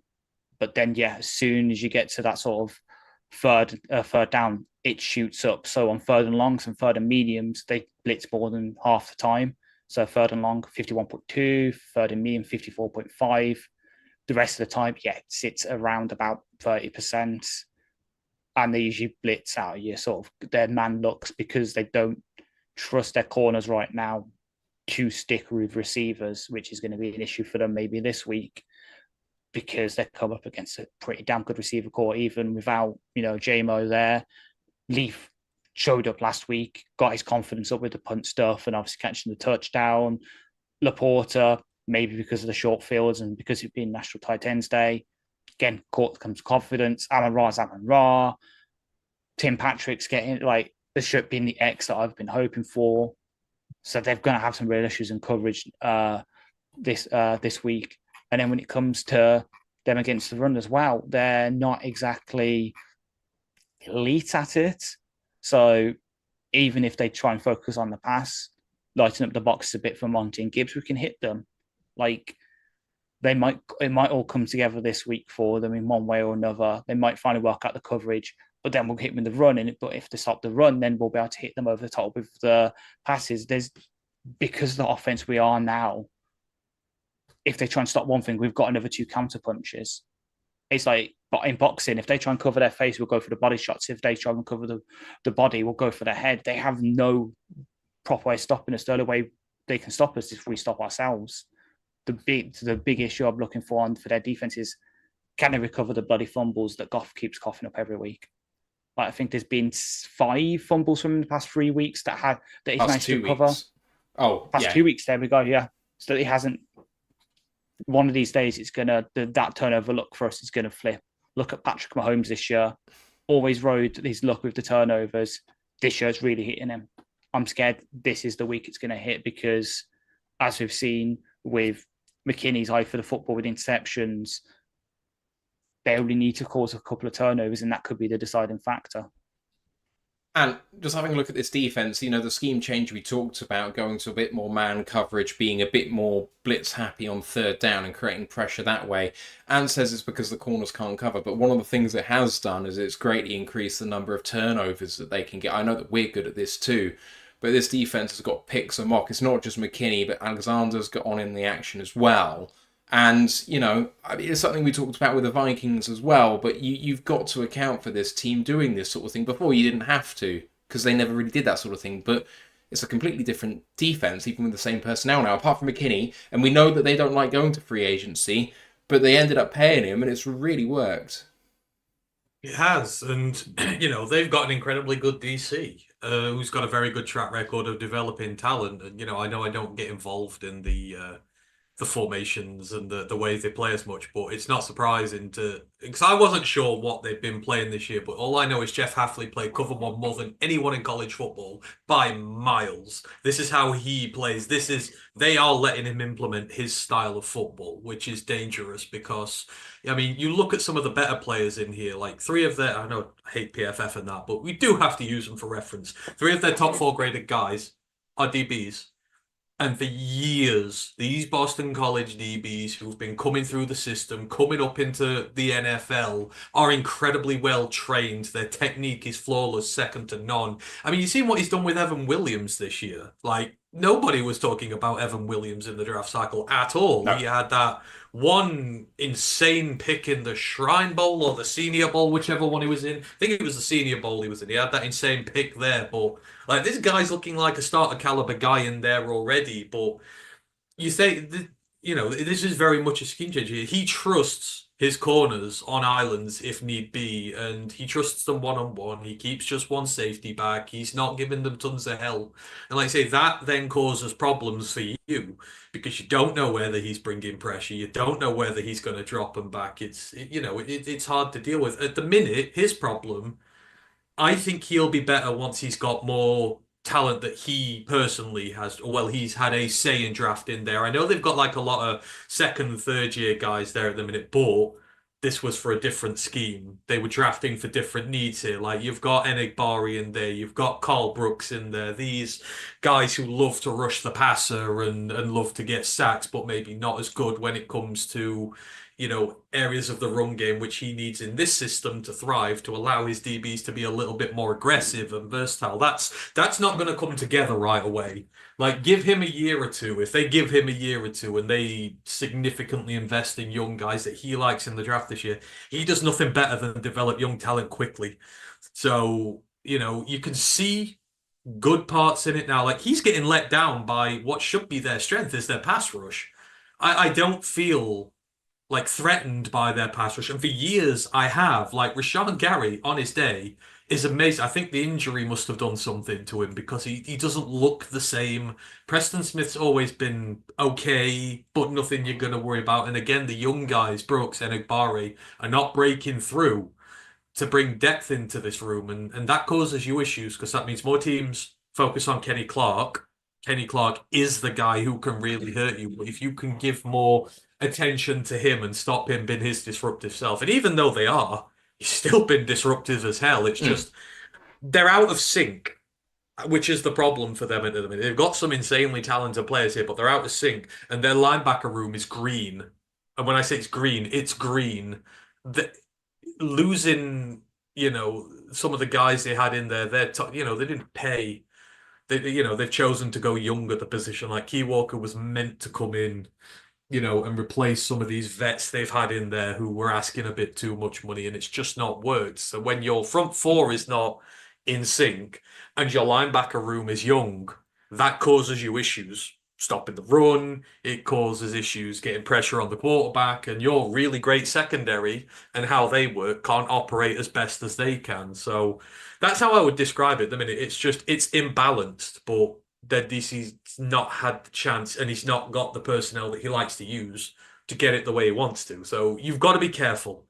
Like these guys, their secondary, their ball hawks, you throw anything errant, they'll pick it off. But if you put them in positions where you're not giving them the opportunity to, if you're taking it out of them, if you run the ball well, you're having to put them in unfavorable positions, then you kind of can nullify them. And that's what the teams who've beaten them this year have done. They've kind of nullified that secondary, taken its strength away. So, yeah, this is a project I will love to see long-term for the Packers. And again, I hope he does well because I really like him. But they're just not in a position to make the most of him yet. And again, it's a lot of personnel we've seen from last year. We stomped them last year. I know the second one they got us, but we stomped them at Green Bay last year. And we can do it again. Just to highlight the point, and I know sacks aren't the be-all and end-all. God knows the Lions know that sacks aren't the be-all and end-all because we're so damn bad at it most of the time. But their leading sackmaster is a player who's only played 5 games and is a backup, which is Devontae White. Then you've got Preston Smith and Edgar and Cooper on 2.5 each. Gary has 2. Then you've got Keyshawn Nixon and Eric Wilson with 2. Quay Walker, Carl Brooks, Kingsley Enagbari 1.5. I mean, no one has more than 3 sacks, and that's a backup. Like, that's not ideal. So your point is well made, I think, about the fact that that line has struggled to produce. And I do think that really Kenny Clark is the guy who's kind of got to bring it, because you're right, they focused on him. And while he has been disruptive, he hasn't been the Kenny Clark that you kind of come to expect, because they have been able to zero in on him. So it's been really tough for them to actually get some push up front. Well, I mean, nose tackles don't generally carry the frame to get to the quarterback quick. And when you're getting double teamed, did he have 1 sack this year? He's not got many, if I remember rightly, but because teams put a bit more attention on him, it's just stopping him getting to the quarterback. And that's it. When you nullify him, he's been the guy who's made that line for years because you've just had to put so much attention onto him that Rashawn Gary and guys like that get less, they get less coverage on them and they can. So just to highlight to highlight Clark's career as a starter, this has been his yearly totals and sacks: 4.5, 6, 6, 2, 4, 4, and then 7.5 last year. So he had almost one every 2 games last year, and through 8 he has none. So while he doesn't get a huge amount of sacks, he's never had a season where he hasn't had any sacks apart from his first season as a rookie, where he started 2 games. No. So he's the best nose in. Yeah, he's the best nose in the NFL. I just think he's not getting, he's not got the help this year. And I mean, when they drafted Devontae Wyatt, you're thinking, oh God, if Devontae Wyatt hits and you get the pair of them there, and like Devontae Wyatt's he's not become a superstar just yet either. No. And again, they drafted him pretty high. I thought that was crazy when they went and got him. They went and got a load of these raw Georgia guys who had beaten up on a lot of bad. They were in a legendary defense. The trouble is, being in a legendary defense, everybody's pulling together and players look better than they are, and maybe they're not quite as explosive or good as you think. You think about the other DT who came out of that class as well. He's not exactly lit the world up at Philly either. So, if Wyatt had have hit, this would be a bad room, but it's just, obviously Joe Barry. Like we've got to applaud Joe Barry. If all this talent would have been developed by someone better, like Christ almighty, it would be back to the Green Bay defense as we feared a decade ago. Like I had no problem with a lot of these picks, but a lot of them were raw and had a lot of development that needed doing, and they just haven't got there just yet. So that's good for us because it's rendered this front seven not as good as it could be. Like I said, there's a lot of guys getting a sack or 2 and they're spreading the love around and that, but you do have to have a game changer in there. And Rashawn Gary's meant to be the game changer, and he's not been the game changer so far this year, which means you're just getting kind of a little bit, but not enough. And that's where the problem lies with them. So, I was about to say, don't let the Green Bay Packers fans hear that you think they had a defense 10 years ago. If you listen to them, Aaron Rodgers has never had a defense. He's never had one. But to prove your point, so their leading pressure is obviously Gary with 18 and Clark with 16. We obviously take out Hutch. How much has Hutch got? 45. So Rashawn Gary's not even a third of the way of where Hutch is at. Hutch is out with a broken leg. So bear in mind, this is at 18. Levi and Aleem both have more pressures. It tells them when they have that starting 4, that's shameful. Yeah, like where they're at now, like Levi, who would you take as a DT right now? Devontae Wyatt or Levi Onwuzurike, who has missed the last 3 years of his career with injury? Exactly. And that just kind of goes to show where you're at. They've put some big picks in there. Lucas Van Ness was a big. Now again, he was a Ras darling, and I'm not going to start on Ras because I'm just going to say maybe, just maybe, his wonderful athleticism has not translated to the NFL like so many other Ras stars have. But you put money in on him. It's these guys haven't come through for them, and Van Ness should be showing improvement by now. Like we've put Levi out on the edge. We've put Mekhi Wingo out on the edge, and they're getting similar sort of results to what Van Ness is at this point. The man's a first-round pick, and he is from a system where traditionally they are awesome defenders, technically well-trained, and they're good to go as pros, and they don't take as long to develop. But they've just not had that. And again, for us, Joe Barry should be a symbol of, we should build him a statue because his gross mismanagement of their talent has made it easier for us. There is some studs still waiting to be unlocked there. Whether Hafley can do it, I don't know. But so many of them are just, it's not the way he plays football. They're not from systems way. He plays that way. So it feels like they're really they'll go hard at it next year in the draft. They will get his guys in and allow him to flourish. But yeah. I have to, to pile on to Lucas Van Ness even more, Mohamed got more pressures than him in 1 game last week than Van Ness has got so far this season in 8 games. To be fair, Van Ness though has been a rotating backup. He's got like 140 snaps or something. Like Van Still, Ness has had he's going to be. 208. But so he's that's had even worse. 129. 'Cause Exactly. he's Van not Ness gassed. He's fresh. Yeah. He should be. Exactly. Like, Van Ness has had 129 pass rushing snaps. Mohammed had 34. so from what I can remember of his plays that I can remember, most of his good plays have come against quarterbacks who've been scrambling around for their lives in the backfield, and he's had like 10, 15 seconds to make a play because he's chased someone down. It's not because of the initial pressure he gets. It's not because he's flushing them out and causing them trouble. He is sort of staying back there and he's chasing after guys when they're having to bail, but it's not what you want from your exceedingly high pick there on the edge. And again, devil's advocate, buyer beware with these guys. They keep coming up. Like Darius Robinson last year. Everyone loved him because he's an athletic freak. They're not worth first round picks if they've not done it in college. And Lucas Van Ness was always a rotational player at Iowa. He was never a starter. And it's just crazy how they got suckered into that because they've drafted so well other than these, than like these trench positions. They've drafted so well outside. They're just getting it wrong there. And again, this is good for us because it's just the new youth movement in these parts is not coming. So they're running with a load of vested vets who are not as good. Of all the D linemen they have who've played more than 100 snaps this season, not one of them has a PFF grade above 62. Not one. That's shocking. Like, I know PFF is a blunt instrument, but it sometimes gets things wrong on the upside as well as the downside. Consistently, they're all ranked. I mean, the person I feel like that would. Sorry, I feel like the eye test would tell you the same though as what PFF would. The eye test would say they're meh. Well, Like, I think not... their big problem is they're struggling to defend the run, which really limits what their pass rush can do. Yeah. And that let's say it just looks and feels meh compared to what we've had to deal with them in the past. Like for years, our O lines have struggled to contain those edge rooms and that, and they've put tons of pressure on us, and you just feel like that identity of theirs is not there right now. Yeah, there's not something they can hang just... their hat on.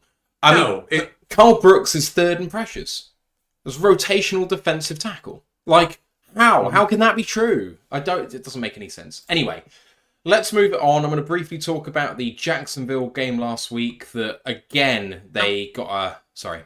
So wait, Bowling Green Carl Brooks is doing better than Iowa Lucas Van Ness right now? Yes. Not even close. There you go, guys. Got to go small school. Small Carl schools Brooks, he's doing better than Georgia Devontae Wyatt. Jesus Christ. Bowling Green are underrated, man. They got one of the best tight ends in the draft coming up. Don't take him. Don't take Colston Loveland. Take Harold Fanning. These Bowling Green Falcons, they're it, man. All right, Jacksonville game last week. It's another game that Green Bay won late with a walk-off field goal. I think it's the second one in consecutive weeks, maybe? Mm-hmm. That's said with such venom because you picked the Jaguars. That was just so... No.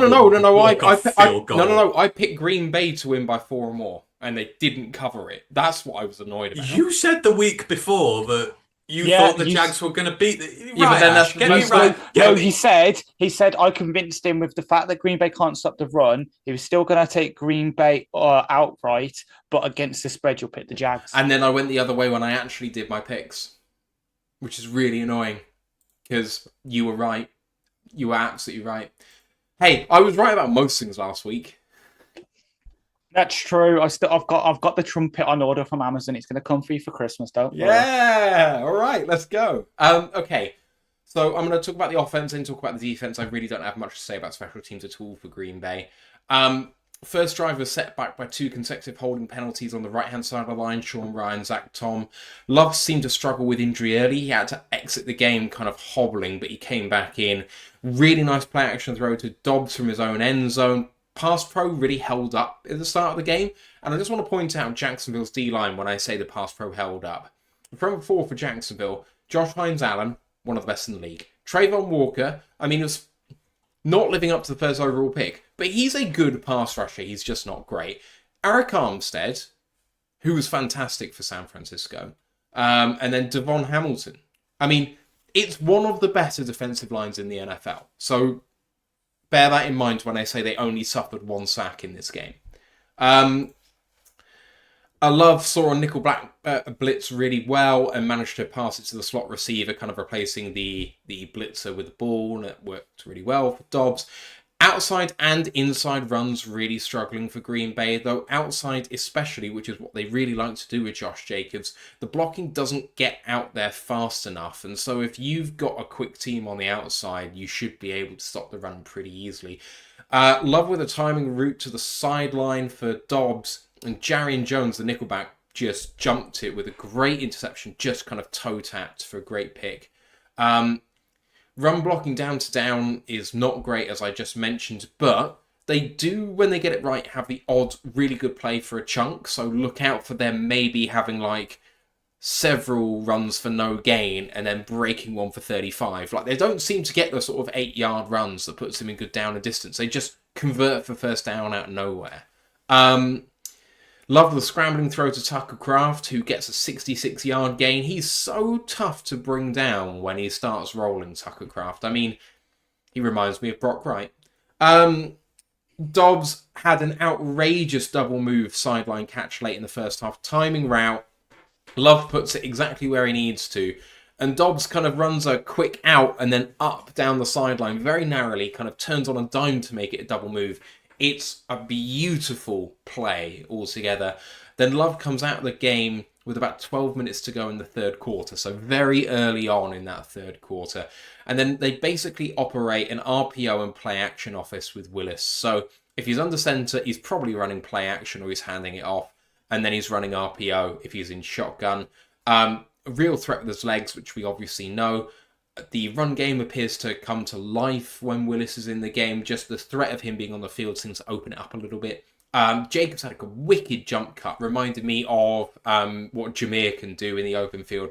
38-yard go-ahead touchdown late in the third quarter.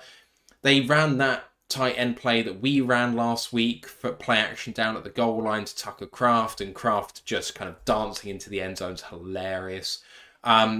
Willis throwing out a play action. I mean, when I was saying that's the offense they're operating out of, when he does actually throw out of it, his arms are cannon, and it's just you have to keep him well protected, but he throws hard. And with some good timing, they actually got the game-winning field goal because Jaden Reed just beats the defense, and Willis throws it 30 yards in the air across the field from the right hash all the way down to the left-hand sideline and puts it perfectly on the money. Willis proving that maybe Tennessee just don't know what they're doing with quarterbacks. Not saying anything about the current crop of quarterbacks they have, but they really don't know what they're doing. So that's the offensive observations. On defense, Preston Smith gave Walker Little, who, and I'll just say this by the way, Minnesota traded for Cam Robinson at left tackle. He was benched for this game. I don't know whether he was benched because he was being traded. However, Robinson was already bad. But Walker Little came in, who people liked in the draft process, and he obviously has been a backup for a little while, but Preston Smith gave him fits all day. Aggressive front, got some push. Offensive line for Jacksonville is not amazing. Walker Little, Ezra Cleveland, Mitch Morse, Brandon Scherf, and Anton Harrison. Harrison struggled. Scherf was good, but meh. Mitch Morse is a good centre, but Ezra Cleveland's awful, and Walker Little's not much better. So that's what they're going up against. So you really should get loads of pressure in this game up front. And while they were aggressive, they weren't amazing. Lawrence had to skip about a bit back there, but he was manoeuvring the pocket as much as Brady or Goff have to back there. It wasn't anything crazy. But Lawrence really kind of got spooked by even the little bit of trouble that they were giving him. He threw a seam into triple coverage and completely missed Xavier Kinney, was just standing there. Like, McKinney didn't move, and he just missed him. And that was an easy pick. They're really good defending east-west, the Packers. So when you're running outside zone, when you're running screens or swing passes, they get there so quickly. And, you know, their linebackers are very light athletic players. So you're playing into their hands if you play east-west. But they do seem to struggle with overs and crosses, shallow play underneath. So I'm thinking, you know, it could be a day for Khalif Raymond or Amon-Ra St. Brown kind of coming underneath. Maybe Sam Laporta as well. They bought hard a fake toss to the left, wide receiver screen to the right. And I know that we've done that sort of play a few times where we've faked it to the left and then screen play to the right. I think we often run that as a tight end screen with Sam Laporta, but we have seen it with wide receivers as well. Their tackling from about halfway through the second quarter against the run was awful. Tank Bigsby ate. Like, he was so good, Tank Bigsby. And, like, he wasn't doing anything that Monty can't do, or Gibbs is, just much better than Tank Bigsby. So, there's that. They couldn't cover a sneak by Lawrence. They had a really good forced fumble by Edgar and Cooper against Lawrence, which put them at the Jacksonville 5. That's maybe the reason why they won this game. If Lawrence just eats the sack or throws it away, then maybe Jacksonville just win this game. What else do we have? Preston Smith dropped into coverage a couple of times. We maybe know that Jared Goff isn't the best at picking that up. So maybe Green Bay are going to try and dial that up and see whether Goff's vision has gotten better. And Jair Alexander had to hobble off with a knee injury with just under 2 minutes left in the game. And he pulled up during a play which Jacksonville scored the touchdown on to tie the game up. So that was timely. And then just briefly on special teams, kicker Brandon McManus, who is obviously back in the league now, looks to be a massive upgrade at kicker. Boys, did you watch the Jacksonville game at all? Obviously, it was on at the same time as our game last week. Have you seen much of Green Bay at all otherwise this season? I'd just kind of open it to you guys for the floor now. Are there any kind of tendencies that you've seen from them so far? I mean, you'd have to look at how... again, we've just been talking about the D-line and its impact on games. Like, Trevor Lawrence had to throw a lot in this game.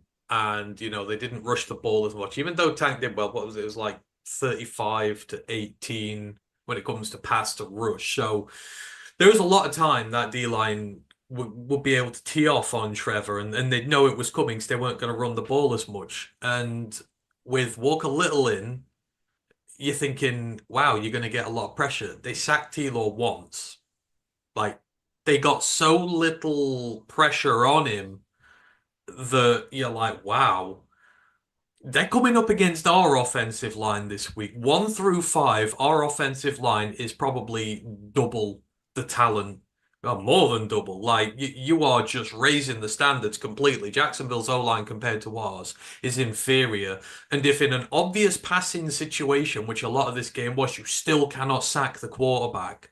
I mean, what the hell are you going to do against us when we're running the ball down your throat and we're disguising what we're doing and, you're coming up one-on-one against a better line? Like, I think this is concerning if you're them and you're looking at them with us now. They're not going to get us in these situations where we've got to pass it all the time and we're playing from behind, hopefully. It's that's the one thing that stood out. It just goes back to this again. There's not a lot of cohesion there, and while they're getting a few meaningful bits here and there, that would be concerning if I was them. The offense, on the other hand, was very good. Again, it's spread around. You got a lot of receivers getting not like 100+ yard days, but like 50, 60, 70 yards. When you can spread the ball around a lot of different receivers, it's like we do. We spread the ball around a lot. It makes it so much more difficult for DCs to think, where the hell's the ball going? It's not going to Devontae Adams every single time. It's going to Tucker Kraft. It's going to Romeo Doubs. It's going to Bo Melton. It's where the hell is this thing coming from? And you saw it, put up 30 burger on there. It's still very impressive, and you can see it coming together. And this was a rare occasion when they got the run game working well with it. So again, defenses have to be a little bit more standoffish when you're running the ball well, and then you're throwing the ball well. It seemed like a bit more balanced than they've had this year so far, but it's just not complemented by the defense at all at this moment in time. Not if they want to play to the caliber of team that we are. Jacksonville are not us. They are much worse than we are, and I feel like that will be exposed this weekend. That'll be the thing with it here. They'll not have. We don't have the deficiencies the Jags do. With their strengths for us. So that's what I took from it. It's like that D-line's just not in a good place right now. And I think for the first time in forever that we can really keep it quiet. Yeah, I agree. Like, yeah, Zeitler's had his struggles so far this season. Decker, Glasgow have had struggles the past couple of weeks, but yeah, they're just, I don't know. They've got talent there to hurt us. We saw that last week. Well, we saw that with the Titans last week with inferior talent, and maybe they'll get a few. But overall, we're going to win the trenches most of the time. Like looking at something that usually actually doesn't really favour us in history, but this year really is with the ESPN win rate rankings on all the offensive line and that. We are better than them in each matchup by far. So their pass rush win rate is 30th in the league. Our pass blocking win rate is 5th. Their run stopping win rate is 20th. We're 4th in the blocking win rate. And then on the other side, they're 17th in pass blocking. We're 13th in rushing. They're 24th in run blocking. We're 19th in the run stopping. On either side of the ball, we have the matchup to win in the trenches, which is going to be the big thing if this is a wet weather game, because you're not really going to throw the ball that far.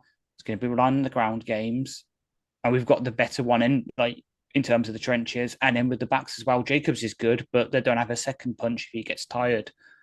We have Monty and Gibbs. It doesn't matter which one we've got out. They're both damn fine form. Hell, where the hell's Gibbs AJ Dillon? He's on IR. He's gone. Ah, He's on IR, yeah. And even then, you believe Packers fans, he is the second coming of Eddie Lacy. Shit. Yeah, he's not been good. that production. He's not good. So you've got there. And then if we do force him to pass the ball, well, Arnold is getting there. I know certain Instagram accounts that I still follow are saying he's D- most weeks, but you see the plays from him, that pace break up on third down to end one of the Titans' drives, getting there. Davis is doing good. Like obviously, he's one of the best cornerbacks in terms of separation. The big worry in terms of the passing game is going to be a Meek versus Jaden Reed, because Reed's a damn good slot receiver, and Meek, well, obviously got the 2 forced fumbles last week. Is he going to have to keep up that speed? I don't know.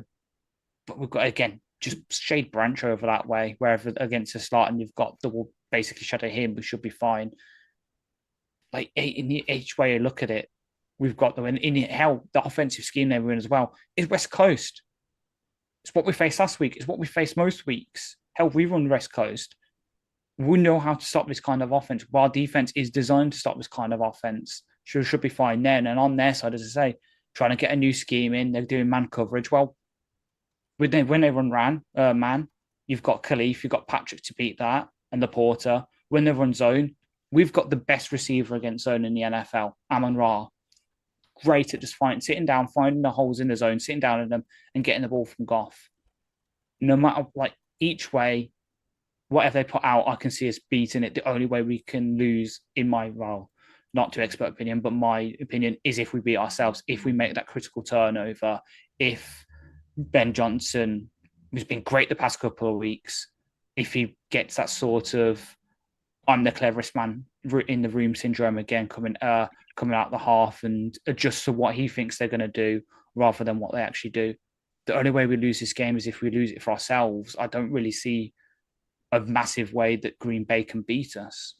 This might be the first time in forever that the Green Bay weather is not going to favour them. Everyone says, oh my God, it's cold, it's freezing, you've got to go up there and play well. We've won there twice in a row in cold and freezing and not where the weather conditions, but we are better suited to running the football more. They are not. If there is rain there, that vastly diminishes their chances of doing anything against us. And it's not often that you can go to Green Bay and claim that the elements are your advantage, but quite simply they are. Yeah. Right, I'm going to pick out some players who I just think are key for the Lions for this matchup in terms of how schematically maybe the matchups kind of favour things, or maybe the weather is going to play a part. So for me, the first player that I really want to see for the Lions have a big day is Taylor Decker. He's going to be going up against Preston Smith. Now on the other side, I back Penny against anyone. Rashawn Gary obviously has skills, so I expect that to be locked down.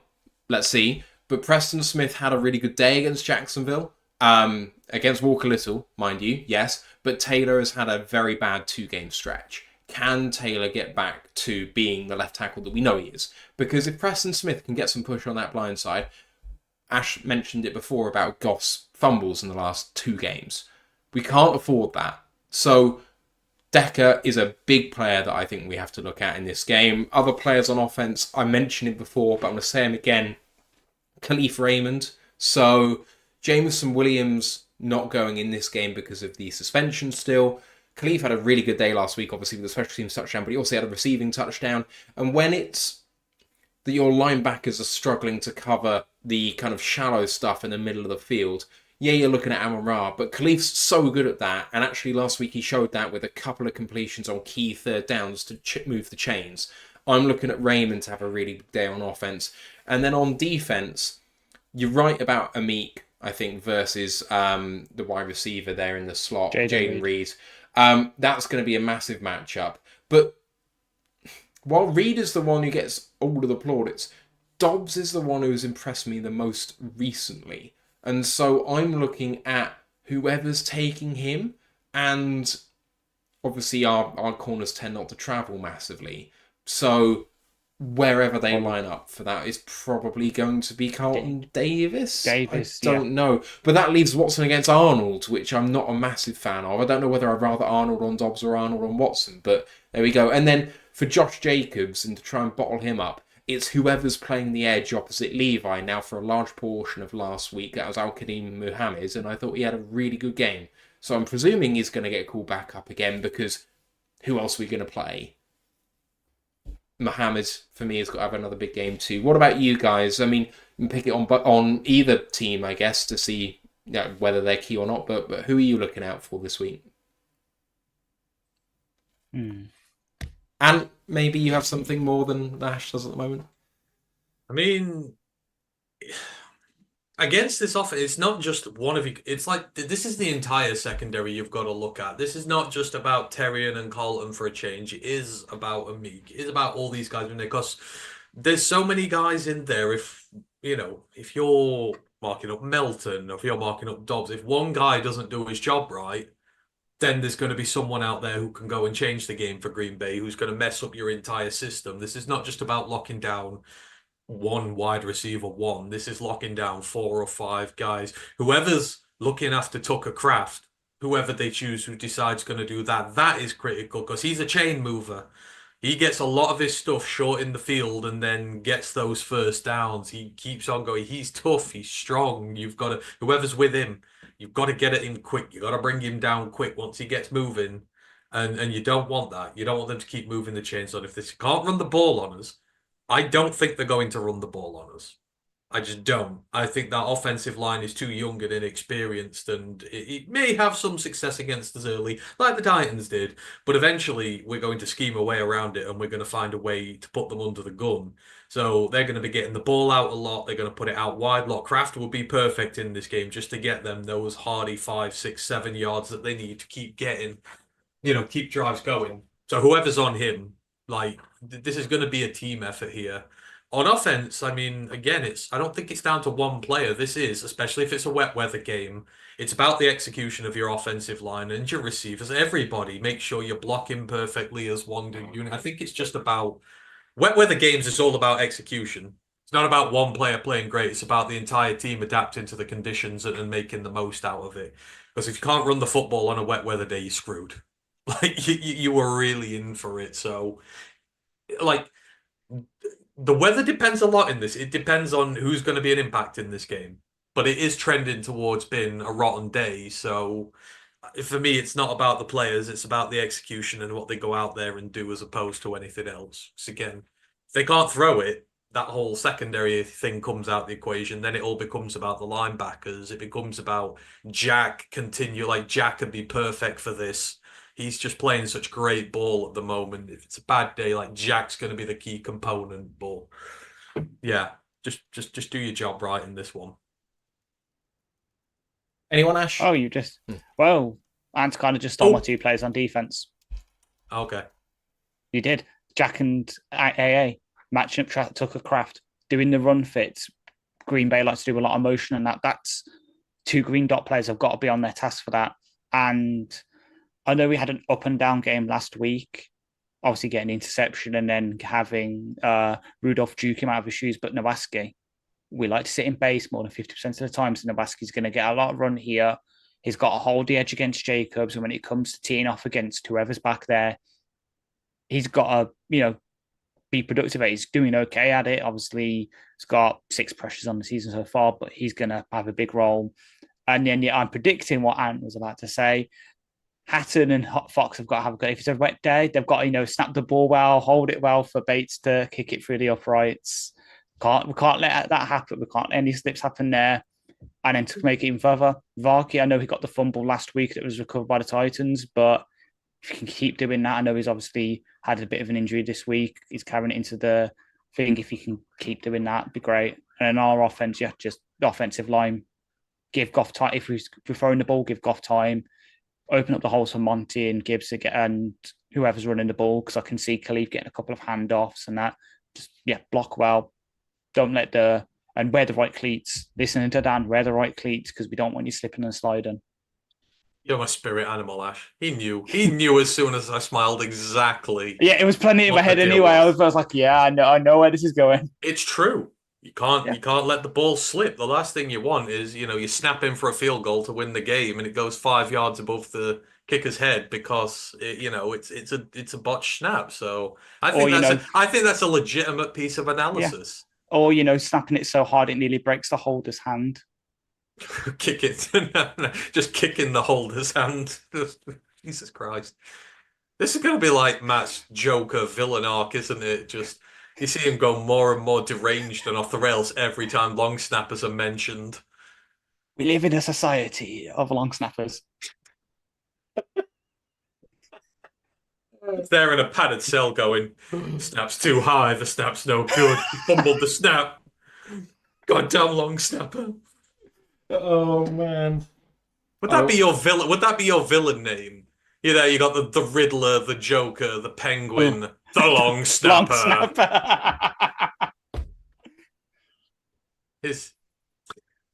I don't know. I have never given it any thought. Oh boy. Right. Shall we talk about score prediction for this game? We've talked about what this might do. We've talked about how we want the Lions to play. But Ash, what do you think the score will be after it's all said and done? Because of the weather conditions, I can see it being low scoring. I'm hitting the under on the over-under. So that was 49. I'm going to say it's going to be 24-21 to the Lions. Ooh, close. And 15-9, all field goals. Oh my God! Sicko's game. You want my clippings to have a bit of a break after last week, so just clip up the field goals. I'm done. Well, no, you can just put up clips of Matt celebrating good long snaps, clean long snapping. Exactly. The snap's good. Yes, it is, Matt. Yes, it is. Do you actually think that's going to be the score, or are you saying it for the lols? No, I actually do think if the weather's going to be, I think this could be a battle. This could be an attritional battle, and we could do, because what was the one? I'm trying to think. Was it 2 years ago? No, it'll be 3 years ago. I think we went there, and it was a predominantly field goal battle that we had with them in bad weather. We just lost. I feel like it was like 16-9 or something like that. It wasn't a very high scorer, but. It'll be difficult conditions and that. So I think it'll be a lot of field goals in this one. I think it'll be low scoring. Like we love to have those 7-8 minute drives that just kill clock and take it out of games and stuff like that.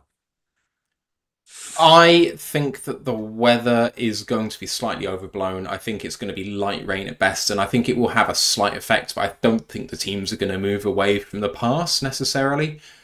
I think that we are still going to beat the barn doors off of them, to be honest. I am going to go for 30-17 to the Lions.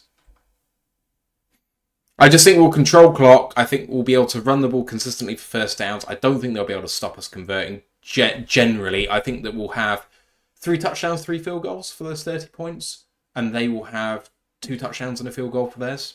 For their 17. My prediction. Right. The big prediction we all want to know: who's going to throw on the Lions the most touchdown passes? Because these are the questions. They're going to be Jared, or is someone else going to throw them? Well, if we elevate Tom Kennedy, Ben, we know what's coming. I mean, Ben said this week, like, we got more than one guy who can throw. And that's like, every time he says something like that, like, he does it. He's not just playing with you. He's actually telling you what's going to happen. Penny Sewell passing touchdown. Exactly. That was the reports last week. When I saw that Monty one the other week, it went straight back to that interview he did on the St. Brown podcast when they were talking about like guys who snap this. Everyone go, "Oh, Monty should do it. Monty should do it." And Amon Ross just like, "Monty can't throw for shit."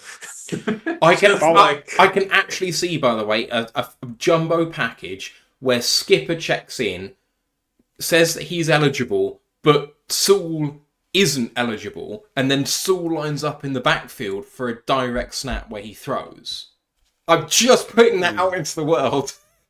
Ooh. So, do we take a leaf out of the Andy Reid playbook? Oh God, are we going to get screw my Liam McNeil rushing touchdown? A Liam McNeil passing touchdown, like the jump pass from Dontari Poe in 2018. He used to be a quarterback. Well, Derrick Henry does it all the time. He still does it now. Did you see, by the way, did you see his high school stats on the other day on that graphic? Jesus Christ. Like, it's absolutely insane. Like, 143 touchdowns and, like, 16,000. It's like, what high school coach is making him run the ball that much? That must be borderline child cruelty to make someone run that much in high school. It's absolutely insane. But I think he had like 143 odd touchdowns or something like that in high school. It's mental. Ooh. Good news for Ben Johnson. Mo Sanu is still a free agent. Oh Christ! Let's move on. Right. We've Men in Blacked those years out our minds. We don't need to. I was more going for the fact he's current. I think he's still the leader in career passer rating in the NFL. Didn't he throw a touchdown pass for us? Did he? I swear he threw a touchdown pass for us. I will double check now, but I believe he did. So look, but I have tried to forget. So I think he threw a pass, but I don't think he threw a touchdown. No, he didn't throw a pass for us, unfortunately. In most of it, so he's thrown. It was 2012, 2014. He threw. Well, yeah. So it's mostly his first 3 years in Cincinnati. He threw 5 for 100% completions and 2 touchdowns. And then he threw 3 in his 2017, 2018 for the Falcons for only 66.6% completion and 2 touchdowns. What's the Lions' record for non-QBs throwing touchdown passes in a year? Do we know that? It can't be much. It would probably be something way back. I can't off the top of my head, but I know we are currently the only team to have any non-quarterback throw a touchdown. I mean, the only one that ever comes to mind was at Lambeau when Prater did it to Toiolo. And that's the only one you can really remember live. And he did one to Decker. And he did one to Decker as well. That was the infamous one where it was McAfee on the call. That was Toiolo's one, wasn't it? There was also one to Decker. There was also one to Decker. Hang on, that's the one when we blew them out 31-0 in like a nothing game right at the end of the year. But they still didn't like it. But yeah, there can't be many times where you've had 2 that's done it. I'm just trying to look up the career passing leader for the Lions who has the most touchdowns. And I'm looking at Frankie Sinkwich, who was the first overall pick in the 1943 draft. His position is B. Brent. Backer. All right. Yeah, so that was back in the good old days. I just asked Brent in these questions. Brent knows everybody. He knows every Lions player ever. If I don't know who they're on too far back, I just ask Brent. He'll know them as well. He'll have met them or something, or know part of their family. Yes, it's Sinkwich is the lead. Is the leader non-QB with touchdowns 19, which is one more than Sean Hill. The thing is, I'm not sure that's legit because he only played for 2 years and he threw the ball 274 times. So he probably was the quarterback, even though it's just called backer. You know, you don't throw the ball 274 times if you're a gadget player. He also rushed. So he also rushed for in his 2 years with us nearly 250 times. Did Chase Daniel ever throw a touchdown pass for the Lions? Because he wasn't a quarterback. Chase Daniel has one touchdown. That's another non-QB who's thrown one for us. Oh, for God's sake! He was a non-QB. If you don't count Sinkwich, then it'll be Glenn Presnell, who is a tailback, who has 17. Wow. So it's just very rare then. We had a kick returner in the war who threw 10 touchdowns. Good old Chuck, yeah. Chuck Fennebach. Dutch Clark's there as well at 28 full-time passing touchdowns for us. Well, the hell is RH? RH. As a position. Bob Hernschmeyer, 50 to 55, had 10 passing touchdowns on 11 completions. 10 touchdowns on 11 completions. That might be it then. RH. What the red hot, apparently. RH NFL position. Because even I've heard of that. Robert James Hernschmeyer. Right halfback. So this is back in the it's the split backfield, Army colleges, Forces colleges stuff. So he was 5'11", 194 and had 11 passing touchdowns on 10 attempts. 10 passing touchdowns on 11 attempts. That's insane. Nice.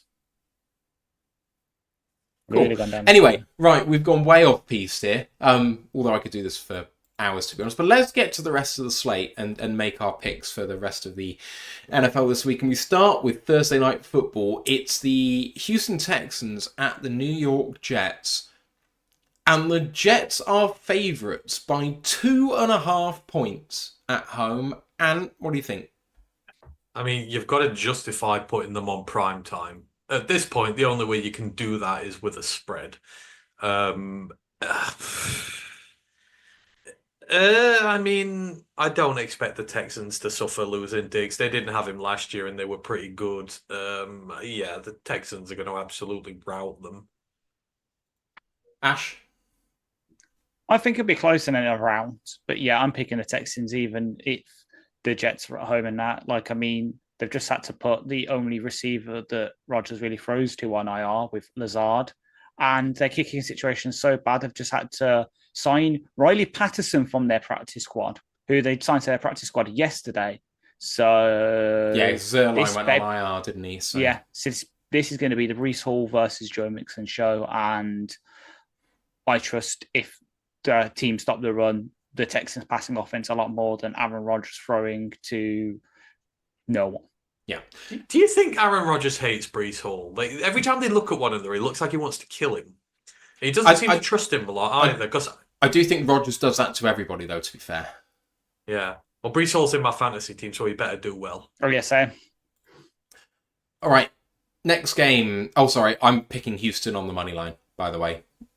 Never mind the 2.5 points. It's the Tank Dell show. That's what I'm looking for. Yeah. Right. Next game is Dallas at Atlanta. The Falcons are favoured by 3 at home. Ash, you're first this time. Give me Kirko Chains, especially since Dak has come out in the past hour and said this is a must-win for the Cowboys. So that obviously means they're going to flame out. Give me Kirko Chains. And that seems incredibly disrespectful to Atlanta. I agree. I don't know. This one seems obvious, but then there's just a part of me that thinks the Cowboys will eventually put together one performance that defies expectations, and Atlanta would be the team you'd pick them to do it against. So I'm going upset. I'm saying Dallas here. Even though Parsons will not be playing, supposedly.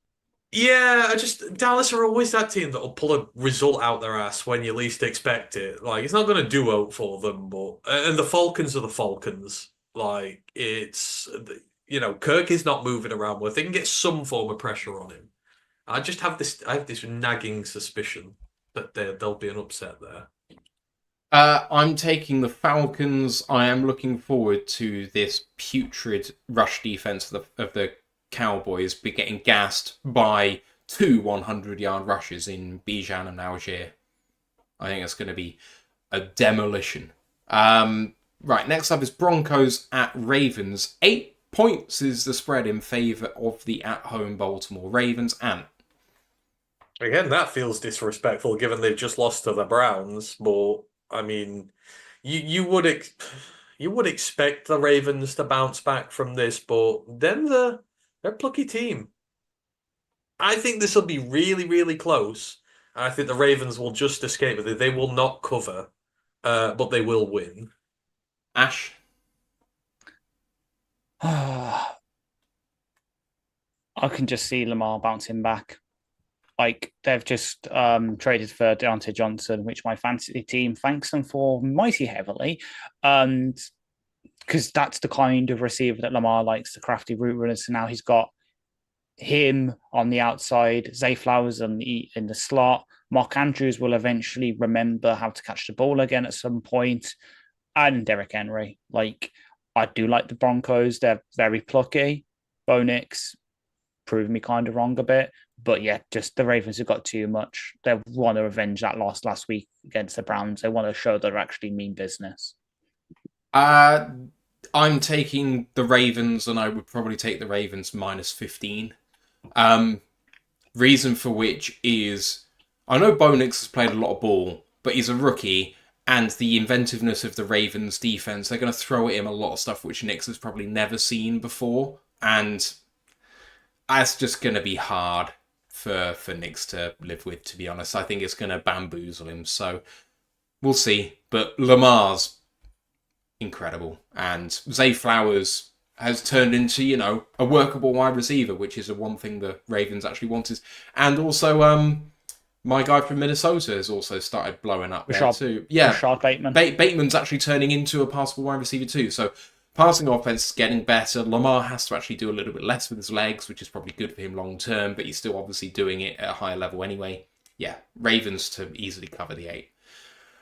Dolphins, Bills. Bills at home favoured by 6. Ash, you first this time. Keon show. Let's go. I'm taking the Bills easily. And Dolphins aren't winning another game this year. Bills. Sorry, Bandizer. I am taking Bills to win and cover. If Allen looks after the ball like this all season, he's up there with Goff for MVP. Next up is Saints at Carolina Panthers in maybe the worst game of the year so far. The Saints are favoured by 7 on the road, which is an insane sentence to say, given how they've been playing the last 6 weeks. And you first, what the fuck's going to happen here? We're going to witness an absolute car crash. That's what's going to happen in this. Oh boy, how the mighty have fallen. Those first few weeks really showed how fraudulent the Saints were. I don't know, man. I think Panthers put up a fight in the last one, and I think the Saints are just a complete and utter hot, messy garbage at the minute. You know what? Give me Panthers. I want Bryce Young to win one, and this feels like the one where they could do it. I've said the Saints have been fraudulent all year. I've been proved right. I'm going to double down on it. They are so fraudulent they can't even beat the Panthers. Ash? Dennis Allen is coaching for his job right now. And I would love for Bryce to beat them and for them to, end Dennis Allen's career in a couple of weeks overall, because that's when they got it by week 12. But I can see that defense just coming up. I know the offense has basically died, but that defense has still got pieces. It'll be just enough to drag them through just about. Yeah, I'm with you, Ash. I have Carolina covering the 7, but I have the Saints just eking this one out. They have lost 6 straight, though. I mean, if any week they could do it, it might be this one. Come on, Chuba Hubbard. I believe in you. Next up is Raiders at Bengals. Bengals favoured by 7 against the Raiders at home. Ash, you first. This comes down to one player and one player alone. Those who watch the live reactions will know. If T. Higgins goes, I'm picking the Bengals. If it turns out he's not going, I'm gonna maybe have to pick the Raiders. But right now I'm picking Bengals. Passing offense is just too good. I know the defense is shite, but so is the Raiders. So give me the higher upside offense. And Bengals. Yeah, I have Bengals win and cover. Right. Next up, Chargers at Browns. And this is a little bit of a toss-up. The Chargers are favoured on the road by 1.5. And is in trouble here, obviously. What do you think, man? I don't trust the Chargers, at all, in any set of circumstances. But the one team I probably trust less, even less than them, is the Browns. Oh, man, I don't know. This is a coin flip. This Browns team, maybe they will be invigorated now that Deshaun is off getting handy J's again in his, somewhere, wherever he is. But I think, give me Browns to sneak another win. The Chargers just don't have an identity right now as a team, which is weird now that Harbaugh's there, but it's his first year, and I still don't think he's got the personnel that he wants there, and they can't play Harbaugh ball yet. So they just feel like a bit lost at sea at the minute. Give me Browns very, very narrowly. Damn it, when I did my picks earlier, I thought I was going to, have the hot take of saying Jameis takes the Browns to 2 window in his little stretch. But I guess not. I agree. The Chargers aren't there yet. Jesse Minter's doing decent things with that defense, though not exactly blowing the world apart. And yet on offense, Ladd McConkey's breaking out, which is good for them. But yeah, and Herbert's kind of turned a bit of a corner, but it's just not enough. This Browns team, if they haven't traded away all their pieces, especially on defense, they have enough with Jim Schwartz, and Winston knows how to can actually complete a pass, and then Chubb, with another week off IR, maybe he can get more than 2 yards a carry. So yeah, give me reluctantly, give me the Browns. I've got the Chargers to win and cover the 1.5. I would be tempted to go further than that. The Chargers have conceded the least points in the NFL so far this season. They've conceded more than 17 points once, and that wasn't against the Kansas City Chiefs that they've played already. That was against the Pittsburgh Steelers. It's not like they've played particularly bad offenses either. Some of them have not been great. Raiders, Panthers, Saints. But they've also played a Broncos team playing well ahead of themselves. They've played the Cardinals, who are very frisky on offense. They've played the Chiefs, and they've played the Steelers. They've conceded 20 points once, 17 twice, 16, 10, 8, and 3. Chargers defense is balling. If there's one team that you don't want this Browns team to come up against this week, if you like what they're at quarterback, it's a team like this. And maybe they can't play Harbaugh ball in terms of offensive line, pound it with the running backs, but they're still doing pretty good work on the ground. So give me the Chargers. I feel strongly about this one. Next up is Washington at the Giants, New York Giants. Washington favoured by 4 on the road. Daniels is still banged up with his ribs, but looks like he's probably going to play again. I think we're on Ant to go first this time. Giants. Right. Why? Commodores looked absolutely awful against Chicago. I'm sorry, the Hail Mary was that. They should have lost that game for all intents and purposes. No, they shouldn't. No way. Do you watch the whole game? Chicago were fucking awful. No, but from a position of needing a Hail Mary, if you're in that position, because Washington couldn't convert in the red zone, though. They had really good offense all day. They just clammed up. The thing is, though, not many teams are going to, not be in position to score. The Giants, for as bad as people can say they are, and that offense looks better in recent weeks. It does. They are moving the ball a little bit better, and they're at home. It's a big one for them. I think Jaden's still hurt, Like they can hit him on that line. If Aziz is still playing at this point and he's not trade bait, he's on hot form at the minute. I think they'll be able to get at him. Like this Commanders team is not as good as its records. It's good, but they're not that good that they can just go on the road like this and win. I think the Giants have got one in them. They've got a few wins. This is divisional as well, as we know. Divisional matchups, it all goes out the window. So there's something about the Giants I fancy this week. Ash? The Giants' offense is still in concussion protocol in Tyron Tracy. It's the only offensive weapon they have. He's in a non-captain jersey, limited practice today. If he plays, maybe swing it towards the Giants. But right now, again, kind of like with earlier, with the Raiders game, giving a higher upside offense, and that's Jaden Daniels and the Commanders right now. You know, things are going wrong when the Giants are having to bench Deontay Banks, which is sad. Give me Washington to win and cover. Last game in the 1 o'clock slate is Patriots at the Titans. And the Titans are favoured by 3.5 at home. Ash, what do you think? The Honolulu Blue flu strikes again, especially with Drake May coming out of concussion protocol. Give me the Pats to somehow win a game against the Titans, who, looks competent for the first quarter last week, but then just fell apart. They'll do it again. And I would say this would be the living embodiment of the clown meme, but I think that would be mean to clowns.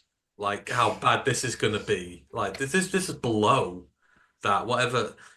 God, this is going to be ugly, ugly, ugly, ugly. Like I don't know. The Pats are the slightly less worse team. So on that alone, I guess I would go Pats. But if you were to tell me that this was going to finish like Sam Houston did last night and they win 9-3, then I would absolutely 100% believe you. Like, I would take the under if the over-under was 25 in this game. I would go under. I think there's no way in hell this thing goes above 25. It's 38 right now. 38? yeah, that's a bit high. Good Lord. So, Under. I'm taking the Pats on the money line. I agree with Ant. They're the better side overall. If Drake May does play, great. But I know the Titans' run defense is good, but Ramondre Stevenson still exists, right? Like, yeah, I think that's going to be a decisive point in this game, to be honest. And maybe Pollard takes over, but the Pats do have things they can hang their hat on. And actually coming off a win, it's going to help. I mean, how big is that win for them against the Jets? I think that could really put a fire underneath them, and they could actually get some gelling. So, you mean how funny? Can you imagine the TV execs when that happened thinking, we've got the Jets in primetime 2 of the next 3 weeks. They can't even surely they're going to be flexed out. Surely. They're going to get flexed. They'll get, it's not the week after, it's the week after. They'll get flexed. But we're not playing a good team that day, I don't think. I can't remember who it is. Is it 2 weeks time? The 11th. We're playing the Jags. The Jags, yeah. The Jags. They're not going to flex us into Sunday Night Football for the Jags. I mean, although it would be nice if we could start. I want every game to be Sunday Night Football from now on, just so Sky can't get their stupid hands on our games. Yeah, 3 times in 4 weeks. I don't care about my sleep pattern. I want to watch my team on days and not have to use all the streams. Yes, not have to use streams. So the late game is Jets Colts, which is Lions Jags. I mean, you look at the rest of the slate. There's not many good games. Like the best game is Ravens Steelers. Flexed. That is a game to win that division. Get flexed. That'll get flexed. That's a huge game. Yeah, but you look at the rest. I know it's gone ahead, but you look at the rest. Vikings at Titans, Browns at Saints, Packers Bears. Okay, maybe that one's good. Raiders, Dolphins, Rams, Patriots, Falcons, Broncos might be good. Seahawks, 49ers, Bengals, Chargers, Chiefs, and then Chiefs, Bills, which is already like, I think that's in there. That's a lot of big divisional games. Packers Bears is history. They one literally owns the other. So, it's a the good thing is Sky will go nowhere near us that week, which is fine. I'm just fed up. 3 times in 4 weeks. Money grabbing bastards. Exactly. All right. Next game, we're into the afternoon slate now. It's Bears at Arizona Cardinals, and the Cardinals are favoured by 1.5 at home. I can't remember where we got to in the order, so does anyone remember? No, I'll go Ant first. I mean, is this a choice? Cardinals, of course. Oh, sorry. Yeah. Yep. Okay. Yeah, me too. I mean, Bears suck, so what more needs to be said? How great was it to see the Hail Mary? I haven't spoken to you. It was just, it was the most beautiful thing in the world. I'm sat there watching it. I'm like, for God's sake, they're going to win. They're going to claim that they're the best team in the world because they've beaten banged up Jaden Daniels, and just the look on his face. It's the Stewie Griffin thing. Your anguish sustains me. Their anguish made me strong. Oh, you seen all the videos of the bars and the reactions, and it's just like, feed me this all week long. The best one's the one where the Commanders fans getting interviewed for like a thing afterwards, and it's like, oh yeah, we play well, but at the end it just goes, and then the Hail Mary goes in, and suddenly everyone erupts, and the newscaster's is like, holy fuck, have I got great TV right now? Like in his mind, you can see it in his face as everyone's celebrating around him. I mean, it's just so, like the play doesn't even go well. Like you've managed to dance around. You've got all your players in the position you want to, and you throw it 2.5 yards short of the line. Like that is a recipe to not win the bloody game. Like, what are you playing at, Bears? Like, I don't understand. If just devil's advocate, and I know we're off topic here. If you were head coach or GM, what would you do with Tyreek if you saw one of your players do that? I'd cut his ass for something like that. I know it's extreme, but I would cut his ass for something like that. That is just like this was a perfect example, right? Last week, Bears, because they've won a couple of games, think they're they think they're the best thing in the world. They're guys taking the piss out of the Washington fans rather than focusing on the game. The Detroit Lions, up 35-14 against the Titans, are putting their entire defense out on the field for a punt because they are still showing their opposition respect. 2 levels of serious organization. Us, who treat everybody with respect no matter how far we're in front, and that's why we're so good. The Bears, who the second they win something, think they're the best thing that planet's ever seen and start getting cocky and mouthy, and that happens. That is great organization. Us, shitty cultured organization like them who's going nowhere. Yeah.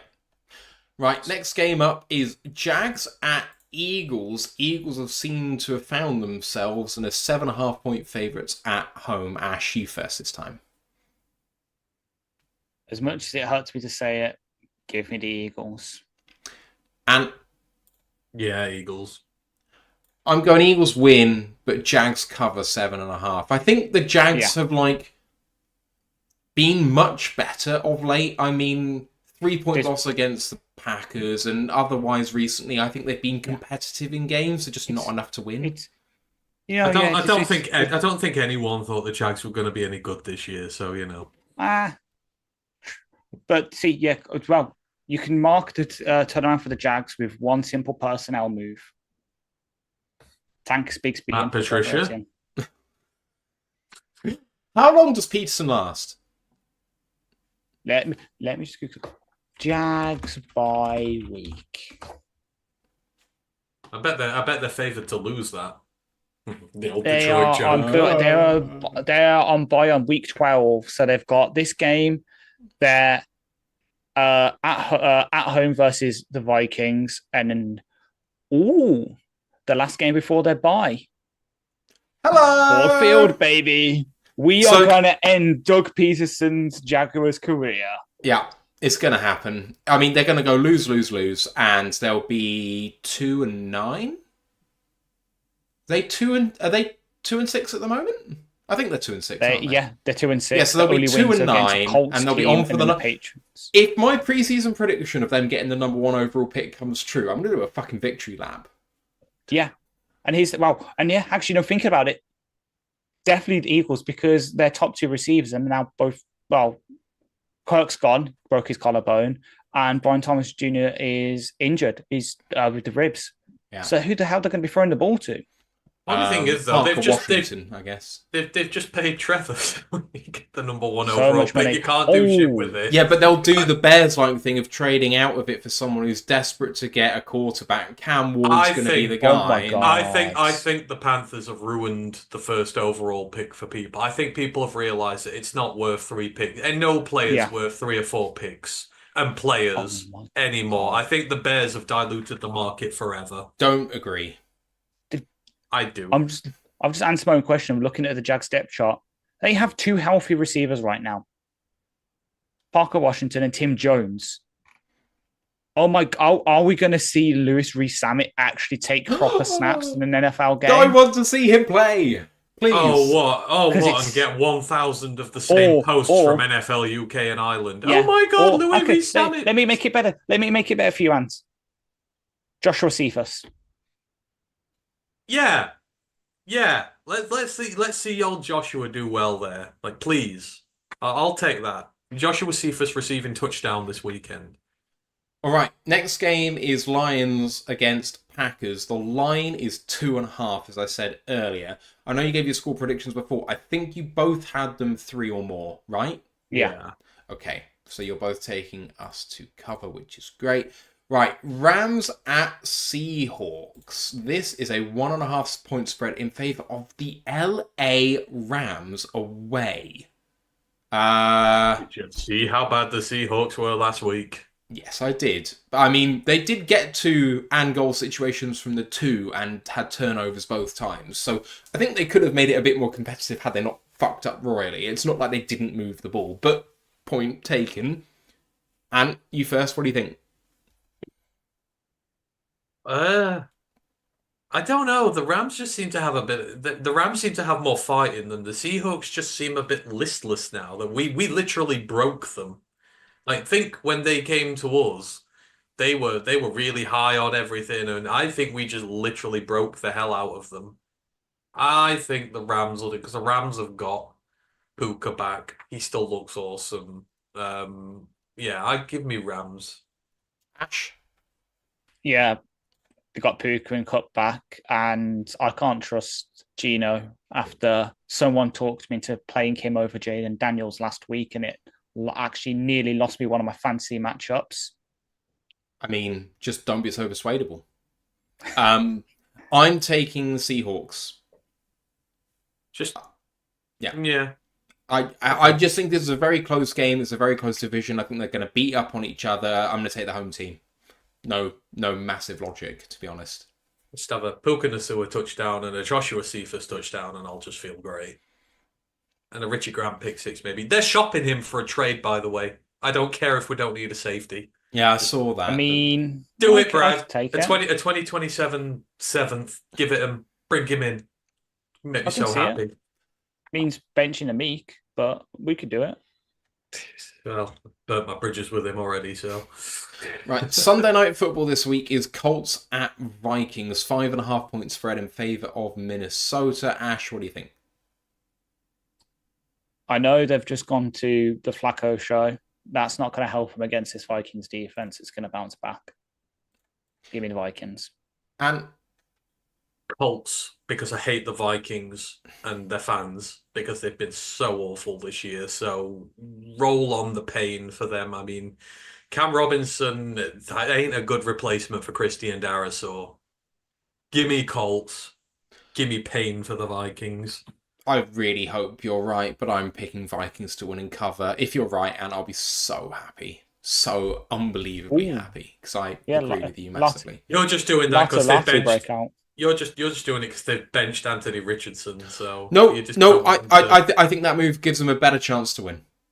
Right now. Rich, isn't it? You can't go 10 for 32 and expect to be taken seriously as an NFL quarterback. I'm sorry. And so be a South off. Yes. I just want the Vikings to be diced apart by Flacco and just to know how far they actually are behind the rest of us and how badly this build is going. That Joe Flacco has diced them up. So on the Athletic Football Show, they were talking about the fact that, oh, not the Athletic Football Show, on Locked On NFL Scouting, they were talking about benching Richardson and just saying it's the end. That's it. Once you do this move with a first-round quarterback that you've decided to play from the beginning, as soon as you bench him the first time publicly, they're done. And there's almost no examples in NFL history of anyone coming back from this specifically. So Schefter said it on McAfee. Schefter said it on McAfee show. He said he rang around everybody, and they were, I don't know, surprisingly to him, all unanimous. They did the right thing. Like, I wouldn't have even thought twice about it. They were just so, unified in their belief that benching should have happened. The only thing they did wrong was, not actually telling the players, so they had to find out on social media. Oh, yikes. That's so bad. Like, Ballard needs to go. Yeah, Ballard has... Who would have thought it? I thought they said he was going to get sacked. There's rumours that he will. Who would have thought it? A couple of years ago, Ballard and Joe Douglas were seen as two of the best GMs in the league. Both of them might be in the dole queue come the end of the season. Ryan Tannehill used to be above Goff in QB ratings. How things change. I mean, the thing about the Colts, and they've got a really hard run coming and a really, really hard run coming, but they're 4-4 in an AFC South where you've got two teams at 2-1 wins. So, like, it's not like they're out of this. The Texans also have a really hard run coming. If the Colts can be somewhat competitive, I know the Texans have swept the Colts now, but, like, you can still do something in this division. That's the trouble. When teams like the Texans come along and go from zero to hero quick, these long-established tenured GMs who, like, the Colts have been floating water for years now, right? They've not been relevant for a long time now. They're just hanging back to their Peyton Manning days when they were good. But, they've just been bobbing on water for so long. And then you see the Texans be so awful for so long. And now they're the darling. And you're like, well, how did we go from being in front of them to being behind them? Where's our progress? And these long tenured guys are suddenly questioned and like, oh, actually, maybe they're not as good as people think they are. And they're not. I don't think he's as good as they're given credit for. I don't think he drafts well. I don't think they develop their players particularly great anymore. And they're just... He should go. It's just a stagnant team. Yeah. Final game of the week is Monday Night Football. Tampa Bay Buccaneers at Kansas City Chiefs. Kansas City favoured by 8.5 at home. Ash, finish us off. Give me Kansas. Just... I know Bucky Irving is kind of breaking out for Tampa, but they don't have anyone to throw the ball to. So, and yeah, the Chiefs' offense isn't exactly there yet. They've still got time to work it out, but their defense is doing pretty damn good. So, give me the Chiefs, maybe not to cover, but straight up, give me the Chiefs. Kansas City, Ash. You can't just say Kansas. I keep getting told about that all the time. You're not allowed to say just Kansas. I'll keep saying it. It's apparently wrong. So I know technically they're in Missouri, but I hate the state of Missouri for personal reasons. So I will never speak their name, and it's nothing to do with the college either. It's one of the weirdest hills to die on ever. That is, like, you can't call it Kansas, but you can. You really can. It's like the whole Arkansas Kansas thing just pisses me off something chronically. Like, it's spelled the same, and you don't pronounce it the same. Right. And final game? As much as I love the Bucks, probably second team, or my third favorite team after the Steelers and that. But again, you've lost so much. Chiefs win. Yeah, I have Chiefs win and cover as well. We got a question or two here. Patrick Svek says, do you guys expect a ton of blitzes this week? I'm thinking Dan's comment about the fact that there are different ways to get pressure. Do you expect the Lions to blitz a bit more than normal to try and generate some pressure? Yeah, it's like it worked last week. Obviously, our only solitary sack came from that Anzalone blitz. So I can see us doing it, especially since it's looking more and more likely that if we do trade for someone between now and then, they're not going to be up to speed. So, yeah, we're going to have different ways of making the pressure. So it's going to be Jack Campbell and AA blitzes through the A and B gaps. It's going to be blitzing Branch from the safety position. It's going to be stuff like that. There'll be ways we have to artificially make the pressure or simulate it, make whoever's quarterbacking for them think there's pressure coming, and then pick off the easy throws when they rush it. And for us, maybe a little bit. I don't see a lot to. I think again, you're coming up against a really young line here. I think you can beat them the traditional way without having to do anything funky. I expect them to do a ton of different. I expect them to do it more than us. Like they need to find creative ways to bypass our offensive line because there's no star there. So I don't expect us to do it much. I expect them to do it more to us. For me, it depends which quarterback's playing. If Love's playing, I expect us to bring more blitzes. If Willis is there, I expect us to hold gap integrity and not let him out.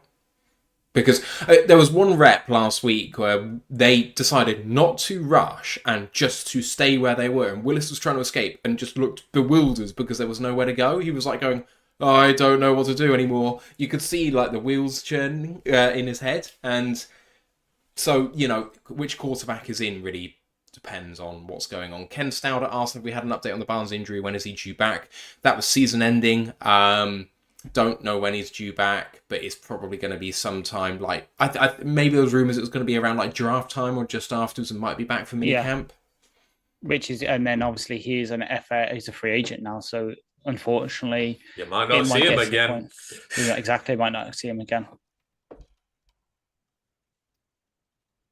Especially if Wesky carries on. What's your beef with Missouri anyway, Ash? I'm curious now. So the person I thought he was the love of my life 4 years ago was from Missouri. I got her Patrick Mahomes jersey, and then she went and broke my heart. So, Aww. But good news is, if you've got a spare couple of quid, her poetry book that she wrote half of it about me is now back on UK Amazon for the cheap price of like £4. So you can read all of her teenage style poetry about our breakup. She's like the Taylor Swift of your generation. Matt, we need to do this, Matt. We need to find this and do a poetry reading once a week. We just need to.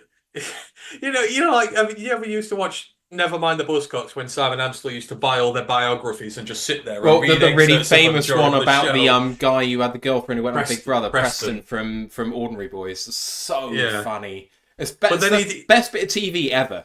But then he did the Anthea Turner one, and hers was so boring. He's just sat there reading it like. We'd just do that. We just read bits of Ash's ex's poetry while we're doing the show. Who'd be up for that in the chat? Do you want us to do that? We can make this happen. Well, we can make it happen. Apart from the fact we don't know the name of it. He's just said it's there, but we don't know what it is. Ash is a Roman legionnaire. He's made of tough stuff. They don't have emotions. £7 now. They don't have emotions. We've got £7 in the bank account, haven't we? So there we go. That's good. Check off topic. He's yeah. This is happening. There you go. Oh wow! Even in our Discord. Elizabeth I'm dressed up as a Roman. I'm dressed up as a Roman centurion. I have no pride, like dignity as it is. Might as well, go full out. This could be fun. Every time Florida State lose a game of football, we should read one poem. So we get to do it weekly. Oh, she hasn't had any ratings of the book yet. There's only one person that's put it on their Goodreads. Me. £7 paperback or £1.54 Kindle edition. It's only 20 poems. Yeah. So there's 10 about you. Roughly, yeah. I'm listed in the same sentence as her former work colleagues and her dog. And on that beautiful moment, we're going to end the show there. Next show is going to be the College Football Podcast on YouTube, because that's going to come out tomorrow. So look out for that. I presume it's already on the audio show at the moment? No, I'm going to put it all up tomorrow. Right, look out for that, you guys. Otherwise, live reactions, myself and Ash doing the play-by-play on Sunday night. We hope to see you there. Review is going to be on Monday, and then it may be me doing a solo show on Tuesday for the trade deadline closing. Hopefully the Lions do some business between now and then. Do look out for the college show as well to have a look at what's going to happen in week 10 of college football. Hope you guys have a great weekend, socials, Real Lives UK, you know where to find us, so I won't bore you with that. Guys, great to do this with you as well. Again, fantastic show as always. Guys, thank you for listening so much. We'll see you later on in the week, but for now, let's go Lions, one pride. One Dr. pride. Packers. Damn it. Recording stopped.